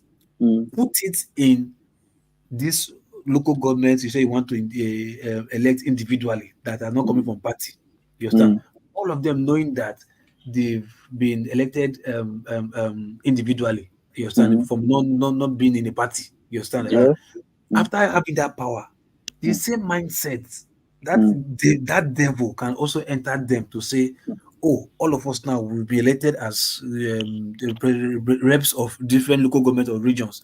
Since we now have the power, let us all come together and sit and twist the government and twist the country and see privileged people. It will still happen if there's a greedy bastard among all of them, and all of them agree to say yes, let's make money for ourselves. They will still do it. So that's why, like, no matter how you do it, the people, if institutions, to say, look, you error, because that's why independence, all those independent institutions is very good. Like independent, INEC is independent, EFCC is independent, judiciary is independent, everything is independent. If they have power on their own, generate their own fund, they can pay themselves salary, or they create a system whereby their salary comes from the federal post directly to their account, not even controlled by executive or whatever anybody. It's just their salary is coming automatically from CBN account straight to their account. Nobody has to sign. As far as you're in the office, your salary is going there automatically. Nobody can influence your salary. You understand? If they have that kind of system in place, then they now know that if I, as a judge, I can tell Tinubu, get out because you this and this, I can pay that against you and win you without being afraid that the the secretary of the federation will come after me or remove me from CGN or whatever. You understand? If I don't have that fear in my mind, and I know that these people can pay me salary, they cannot use the EFCC to hunt me. We are all independent. You understand? Things will work. So regardless of the type of government we run, it's when institutions work, no matter the name we call it, no matter what we practice, if the law enforcement are doing their job and we have independence of every institution, no interference, okay, trust me, Nigeria will be the most beautiful country to stay in this world. But because witches and wizards fool everywhere, they fool our backyard. Even with our church, there are many for the witches and wizards where they fly, but we don't know. Or when they see they say that they fly, we like them, say that they fly because we benefit from them. That because not they talk.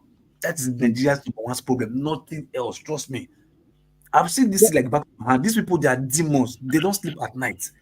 I don't know how they sleep. They don't sleep, but these people are demons. They Because ego is involved now. They won't sleep. don't. That's what I'm saying. So, but if you have a situation where they know that they won't even see the ego, the civil servants are so powerful to stop them from dipping their hand in the ego, and they also have the power to stop civil servants from dipping the hand into the coffers of the government. So the whole thing will work in the favor of the people. Okay, sorry. If EFCC is self-funded, Mhm. and they run their things by themselves, and they know the federal government do not have power to use them at their own will, what do you think will happen? EFCC, if they have their own funding. If they have their own funding, self-funded, and they can appoint themselves, do their thing and run their office They will abuse the power later now. Trust Nigerians now. How much the EFCC have been collecting money from people, recovering money? Have they been rendering everything? They'll so whether we run party election or non-partisan election, individual na still thief. If you want corrupt, you go corrupt. So the party is not the problem. What I'm saying is this: that from individual angle now, you are not answerable to one Godfather. Even if you get to that office, it is based on your credibility, your popularity, your acceptance in your local area that makes you there. So you are not answerable to one Godfather somewhere that you say, "Oh yeah." I think first thing first, right? Manipulate contracts for me, and you know that you are there. You say. I think first thing first, right? And you know that when you are, let the people try to enforce the autonomy of local government first, right? Because it's one step at a time. If the people are now self-aware to say, okay, let's make sure local government is autonomous, you understand? Then once you see that autonomous, that yes, the governor does not have influence in their election, you understand? The governor, they have their own funds to fund their team by themselves. If that happens, I think, and the stupid local government now, because most of them are city, these local governments now, if they are still willing to work for the people, that is where the people will come out on because now people can't come against local government because local government does not even have funds to pay salary, talk less of providing services. But by the time the people are aware that social amount of money is what local government is making every month, and they are not seeing the roads, they are not seeing drugs in the hospital, they are not seeing the schools being equipped, they will protest and go and lay seat. So at that level, yes, the council protest with the government too. Let's this topic, I think the colonel is going to come back again so that we can trash it. We've really flogged it today, like we flogged it left and right, and I think I've gone somewhere now, and I think this area where the presidency is selected by only one region. I know some people that are asking for a referendum from only one region in Nigeria. That's not going to fly. People are not going to agree. But there's this other thing I wanted to just talk about on a more lighter note in terms of Nigeria. But I think we're going to have a bit of a break before we go into that one. That one is about this idea that Nigerians are arrogant and loud. Especially the arrogant part. Because when I was in Nigeria recently, what I found, I was really shocked actually. Because I used to believe that Nigeria, this Mr. Do you know who I am? Do you know who I am kind of stuff. I think Nigerians do that. Not that I encountered it throughout this period when I was there. But the level of humility I saw in Nigeria is scary. And I think somebody said it here earlier on about how Nigerians respect people so much that even the people that they are respecting so much start letting it get to their head. And I think it can get to your head in Nigeria. Because when I go to Nigeria, the way they will refer to our Oga, this, sir, Oga, sir, it's just too much. And when you get that kind of stuff, you can see how it can get into people's head that they want to remain that kind of status. They don't want to come down at any cost. And I'm beginning to wonder whether that tradition of over a kind of elevating people so high, which is not a bad thing to respect people, but is that also toxic in the sense that it's making people feel like they have to remain at the top at all costs because they like the feeling of being regarded as superior to other people. And at the same time, I also see that the one I saw also is that a lot of people are quite humble in Nigeria. Very, very humble. I couldn't believe it. Like people that are higher up, like when they want to greet you, they say boss. I'm like, who are you calling boss? You are you have a higher position than I am. Who are you calling boss? Don't even start with that. So I really it really turned my head upside down. I'm like, why? It doesn't make sense. Sorry, that was not respect. What does that mean then? No, that was not respect. Sorry. If you see, fuck off first, I don't know. See, just fuck off first, they'll change that for you. No. This, yeah, but it's a form of respect now. No, it's not a form of respect. It's a trend. It's a trend, eh? It's a form of respect. Yeah, there's no the meaning you think is behind it is not what it is. It's just like it's just like Oga. No, but it's like greeting now. It's like greeting people now. No. It's like in Port Harcourt, my side, they're like Sinyama, hello, Sinyama. So Sinyama, it's just a trend. But you fuck up. Cinema, what is the word you say? Yeah, but because I call cinema. What is the word you say? I will change that for you. That's what just be. What you said is true. This is it. That's what just be. The thing is this: an average Nigerian is a respectful person, but that doesn't mean that he thinks himself inferior. No, you get the point. They will respect you because they know that yes, business-wise or opportunity-wise, they can get from you.